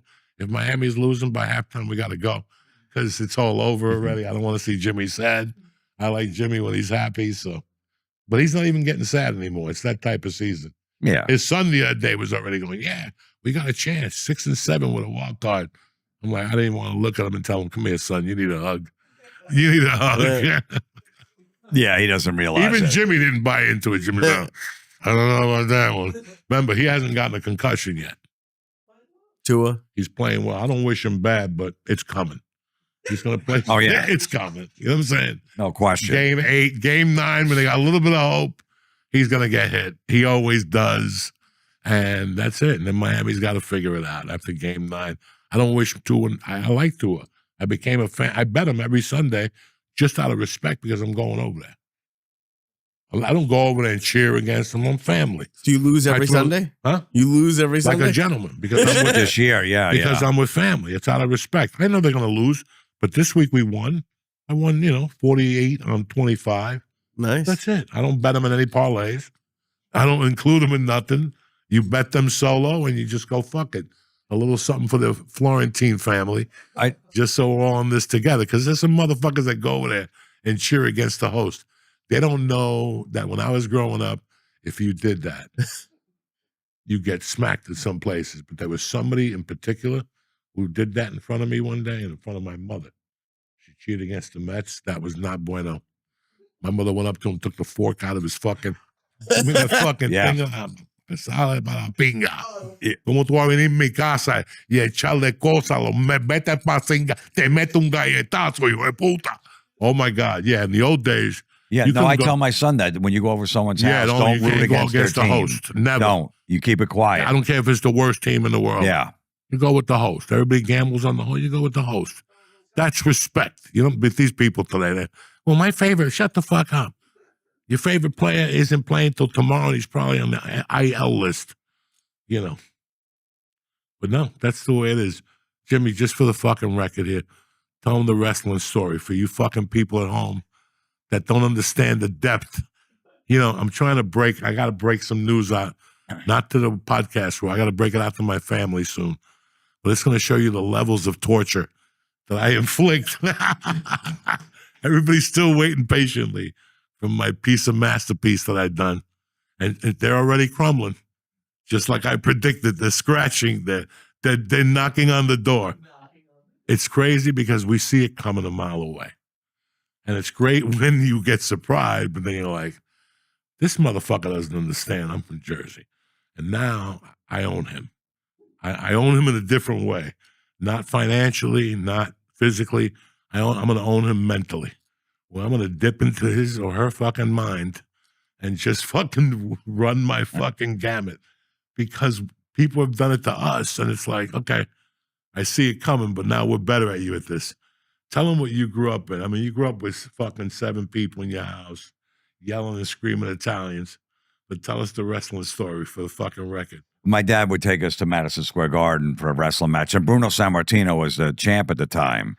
And they had to he was the champ for like 12 years because all the Italians in New York loved him, and they couldn't change belts because he'd pack the garden every month, 20,000 people. All the Italians from New York would go see him. So Vince McMahon Sr. said, listen, man, you can't give up the belt. You know, because Bruno wanted to retire. He's like, we're not going to sell out the Garden. So my dad was one of those Italian guys. I was 12, 13, 14, taking me to Madison Square Garden. You had to be 14. I think you had to be 16 to get in because there was blood for some reason. So you had to be 16. I didn't have an ID, obviously. So I would wear my mom's bell-bottom pants and wear my mom's platform shoes like Kiss wore. She had the big platform bucket. So I looked taller, but I cover them with the bell-bottom pants. You know, just so I looked taller so they wouldn't go, this kid's not 16. Because my dad said, listen, if you can't get in, I'm leaving you at Penn Station. I'm going to the match. I ain't coming back home. So I dressed up like basically like a woman to go watch go watch men in tights fucking wrestle. How am I not sucking cock to this day? I don't understand. So there was a guy out front that would sell wrestling pictures. He was always in the same spot. He had a photo album. He was a wrestling photographer. So we'd always go to him. I said, I'd save up like $10. He'd sell them for like $1 a piece. So I'd buy him, and then at one point he goes, hey, give me your phone number because I go to all the other matches outside the Garden, Nassau Coliseum, Baltimore, and I could tell you who won these matches because you didn't know, what they weren't on TV. So he started calling me. And he's like, hey, man, superstar Billy Graham. And he's breathing heavy on the phone. And I'm like, why are you breathing heavy? He goes, he just came in from a jog. I'm like, all right, that sounds logical. Meanwhile, he weighed like 350 pounds. He wasn't fucking jogging anywhere. So he must have been jerking off on the line. Why, my 14-year-old voice was coming in it was just changed at the time. It was getting nice and deep. So it must have did something to him as he told me who won the match. So then at one point, my parents let us go to Asbury Park Convention Hall by ourselves. We're 14 years old. There's like 6 of us. Take the train down there. They're like, it's close enough. We don't have to go with you. He's in the front row because he's taking pictures. So in between a match, we're all the way in the nosebleeds. He comes up to all of us. He's like, hey, I got 2 seats. Who wants to come down the front? And so we're like, front row? He's like, yeah.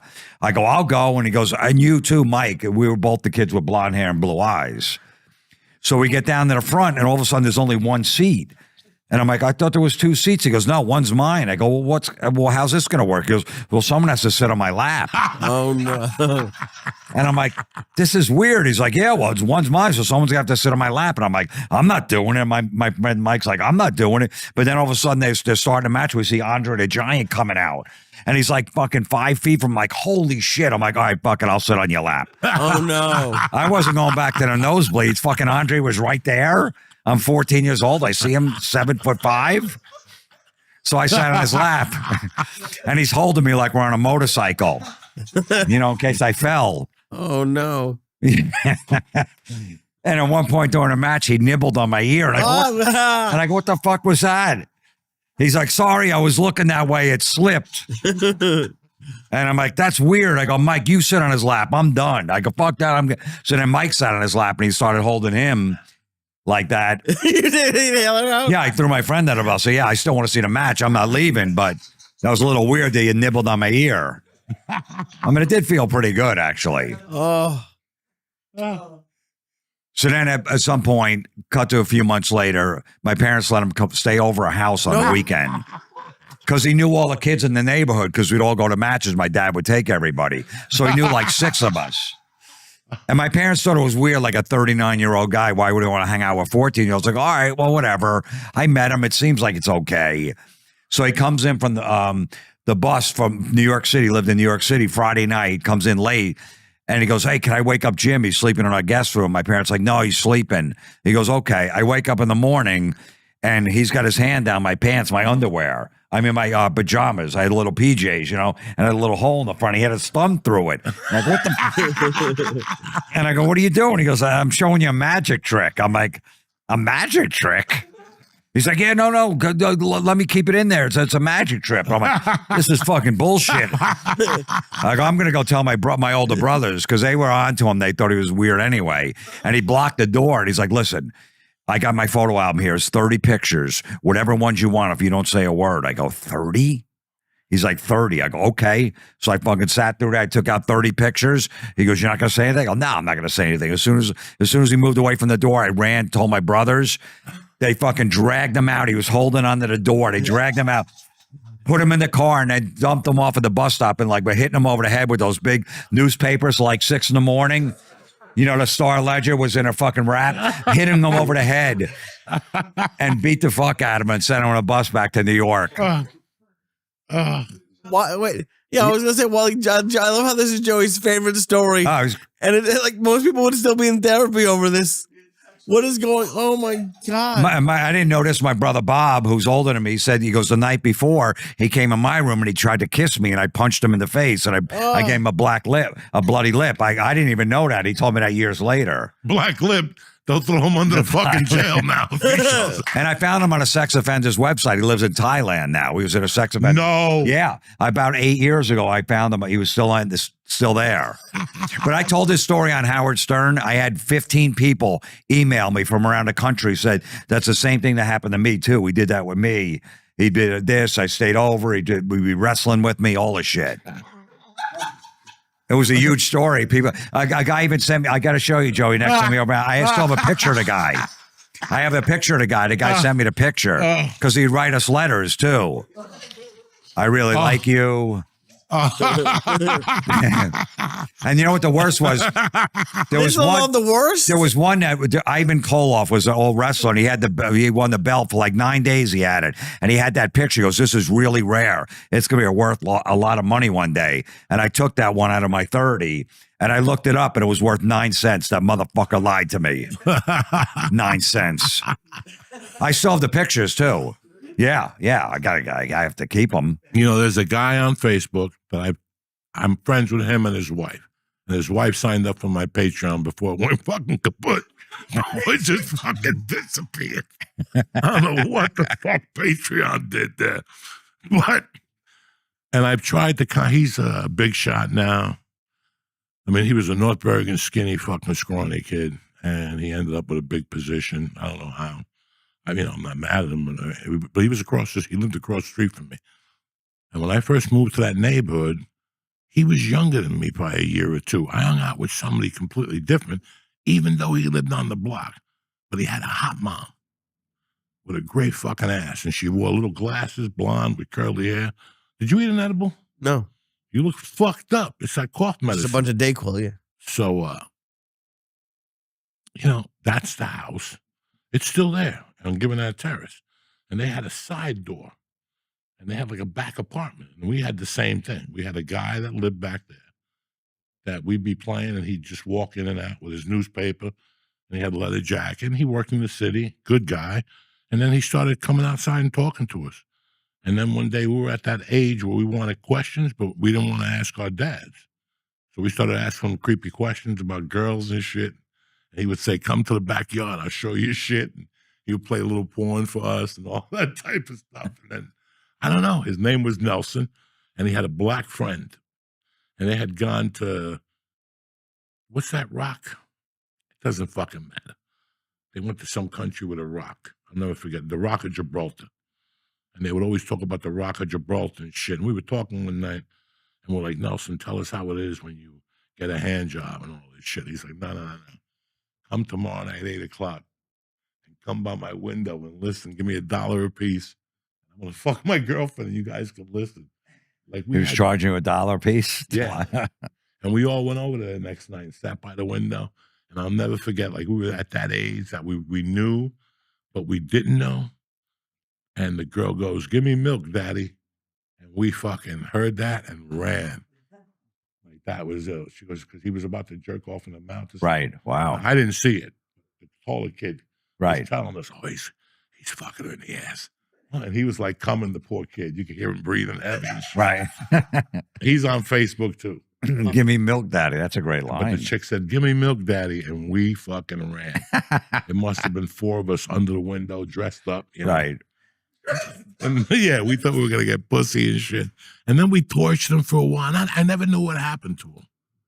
But, you know, I thought about it. Like, before I started writing about it, I'm like, let me fucking dig deep, you know. And I hit that kid on Facebook and I go, "Do you remember him when we were kids?" And he goes, "I knew my mom rented it to somebody that was a bartender. I just don't remember him at all." And I'm like, fuck, I wish you could tell me that the guy got arrested, or I don't know what happened to the guy. But it was interesting having him there. And till this day, I can't, not till the end was when he would come out, we'd play football and he'd come out with a robe and no underwear on. And that's I love how at the beginning of this podcast is you pitching me moving to New Jersey, and it's great to grow up in New Jersey. Listen, this is New Jersey, 1975, Lee, where you know what, nothing was really going to happen because you had neighborhood kids. We backed each other. I never went back there alone, and he was right off the street. If anything happened, you would yell one time. Like that's how we knew when he was fucking the chick. We could hear it. We could hear it, you know? So you could hear what was going on. It wasn't toward the end when we thought something was weird about him. And that was when he came out to play football with a robe with no underwear and sneakers on. And he had sneakers on too? He had sneakers on. And he went up the middle and somebody tackled him. And his dick came out. We're like, end the story. That's it. No more football today. It sounds like the same guy. Yeah. Yeah, but it's crazy. I like, you know, I talk to all these victims, and I'm not, you know, saying What do you anything. mean you talk bad. to victims? Not talk to victims, but you read their stories, you feel their pain, you watch their YouTube videos, and you go, you know, man, I'm very grateful. And one time, I was such a basketball head. I was probably in the 8th grade, and somebody said that St. Michael's opened up. It was like when we used to get a foot of snow, you know, nothing, the buses, the number 1 bus shut down. They only have 1 bus. You'd have to wait for 2 hours for the bus to come around. But we were into basketball, and I remember going down there with a bunch of kids, but they all lived in fucking North Bergen downtown. I still had to get up to like 38th Street. And I remember being out there for 45 minutes, freezing, and all of a sudden a guy pulls up, and he goes, hey, you want to ride up? How far are you going? I go, see us. He goes, get in. And I had a basketball. I put it between my legs. I'm freezing and shit. And right by we got close, he goes, so you play basketball a lot? And he went to hit the ball, but he hit my cock. And I just fucking froze, Jimmy. I didn't know what to do. I'm like, oh, this is no bueno. And he goes, where do you live? And I go, fuck that. And there was a God because the door just opened. I still remember just running out, hitting Sears, and then running in front of him and going into Schützen Park. And in those days, I knew Schützen Park in and out. I was up there all the time getting chased by the butcher. The guy who cut meat and cooked, we didn't want us in the back. So I knew all the nooks and crannies. And I still remember him pulling in and going, hey, where you going? And I fucking just darted, you know. I didn't call the cops. I just went home. I didn't tell nobody. He didn't do nothing wrong. Right. No fun, no fight. He went for the cock of death. He tried. I ain't mad at him for that. Look at the shape of It's a Leo. fucked up episode. What do you mean? He didn't do nothing. He grabbed your dick. Yeah, well, you know, those were the times. Listen, Leo, I was Parents didn't think like the priests were doing anything with the kids. They go camping with them for the Right, weekend, but at least a priest and that is was normal. A man of God in theory. Yeah, but that's why. There's But they didn't think professional other people. wrestling photographer and a fucking. And I thought about it. I never forget going home and going, should I say something? In those days, if I said something, that would make my mom put more security on me. And that's the last thing I did in the 8th grade. I had finally earned that freedom from her that I was allowed to go play basketball and go to movies with girls and little fucking stupidity. If I would have told her that, then she would have put the fucking grips on me. I want you at the bar all the time from now on. Fuck. That works against the fucking whatever. Right, and that's. I remember my older brother saying, "Hey, you better tell Dad what that guy did." I go, "No, because he's going to make me give the pictures back." Yeah. I fucking earned it. I worked hard for these Yeah, fucking right. pictures. Fucking sat on the guy's lap. Did you want? You know what? Did you ever finish that episode of that show with John Hamm? The show I told you about him burglarizing houses. No, Apple. I didn't see it. What is it again? I forgot. I haven't seen it yet. It's on Apple. I haven't seen it, but I know what it is. Oh, right. I don't have. You've got to watch episode 8 when it wraps up and he busted. What this beautiful woman says to him. And it opens up every man's eyes. Because I watched it 3 times already on what this woman said, that she got out of high school and she was the high school beauty queen. And then she went to college and she got out and she couldn't find a job. So she got a job in a restaurant. She was the hottest waitress. And then one day she started having an affair with the boss and her life was different. Then one day the boss proposed to her and she thought it was great because now she had financial security and she could do whatever the fuck she wanted. But now she became the manager at the restaurant. They bought another business And she just goes on about her life. And she goes, meanwhile, he's doing this, and I have to live like this because it's protecting my children. So for years, I let this fucking slob climb on top of me every night and do whatever the fuck he wanted to because I did it for my children. I'm telling you, dog, it's Glenn Ross is a good monologue, but this chick does a monologue about life, and she just breaks it down what I did for my fucking kids. And how this series ends will blow all your fucking minds. By the way, the fucking mayor of Kingstown is back with the other chick, Tony Soprano's wife. She's running the prison now. Bam! It was tremendous last night. So if you don't know now, you fucking know, motherfuckers. What, Lee? What? I'm still getting over the wrestling fucking story. I know. You want to see the pictures next time we go to my Were house? they good pictures? Were they at least signed pictures? You're going to have to sit on my lap. See, Lee? He's been trying to get me to sit on people's laps for 15 years. Lee? There's action in the suburbs, dog. I like it.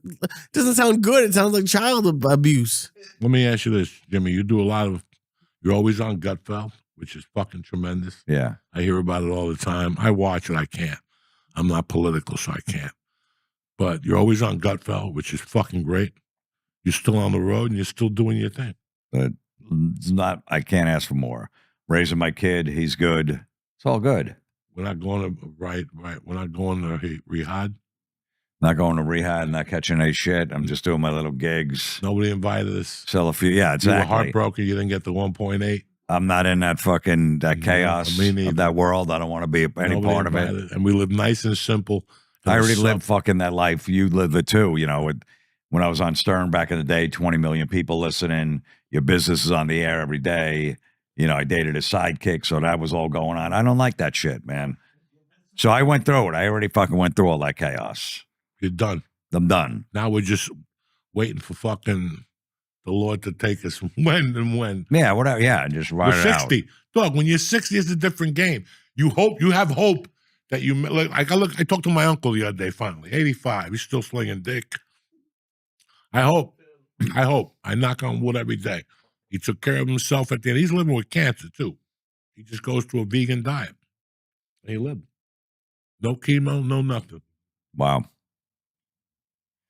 Where's the next weekend you're working at? I'll be at the dojo, Morris Plains, December 26th. Oh, I can't go to Lee's wedding now. No, that's December 26th and Friday. 27th. He's getting married on the 27th. To both nights, I'm there at 26th and 27th. All right, so you're out. You See, can't go. I would have went.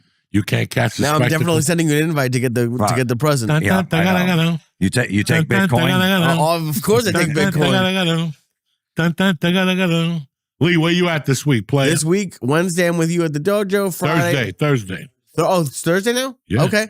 Thursday, I'm at the dojo. Friday, I'm at the comic strip for the comedy competition. Are you going to dress up? They're No. making you dress up like something? No. Dress And up like... Boca this weekend, too. Are you in Boca this Yeah, weekend? Friday, Saturday, Look at Halloween you. night, and Saturday. Oh, November 1. shit. Fucking Boca-Town like a motherfucker. All New Yorkers down there love them. Yeah, no, that's a good little place. Yeah. Retired New Yorkers. Yep. Some of the ones that live there. Well, you motherfuckers know where I'll be. I'll be at the dojo with them Thursday night. Stress Factory's gone. November 8th. DC at the fucking MGM Grand Casino. I'm very excited. I'm going to be down there a few days, fucking sightseeing. See when one of the presidents got shot. Somebody got shot down there, didn't they? It don't matter. But I love you, motherfuckers. I want to thank Jim Florentine for coming on. Lee Sayat, the Captain Kirk, the fucking Jewish Cato, the Flame of Life, December 27th wedding. You know what I'm saying? So hopefully you could all make Bitcoin. it. We'll leak the locations of the wedding so you could all show up and take pictures. And his Jesus wife would Christ. love to have you there. I love you guys. Have a great week. See you next week, cocksuckers. Stay black. What's happening, beautiful people? Uncle Joey here. The last place you want to find something scary is in the toilet. Keep everything tip-top in the bathroom with Bioma. Bioma's blend of prebiotics, probiotics, and postbiotics helps restore a healthy microbiome. You're going to want to give Bioma a try and get things sorted out down there. Listen, me, I pop 2 of those things. I'm tip-top Magoo. You understand me? Everything is rocking, smooth, smoke comes out. Forget about it. Stop waiting for your stomach to get better on its own. Get Bioma and get it together. It's not just about smooth, regular digestion. Your gut can mess with your hormone levels, energy, weight management, and even lifespan. Take 15% off your Bioma order to get started. Just click in the link in our show notes and press in code Joey, Joey. Bioma will get you tip-top magoo in time for the holidays before you start stuffing your face. Balance yourself out and take care of yourself. You want to be healthy through the holidays. Trust me, you don't want to end up like Uncle Joey in the hospital for 5 days. So go to Bioma. Again, that's code Joey for 15% off your order when you click in the link in our show notes. Happy Halloween.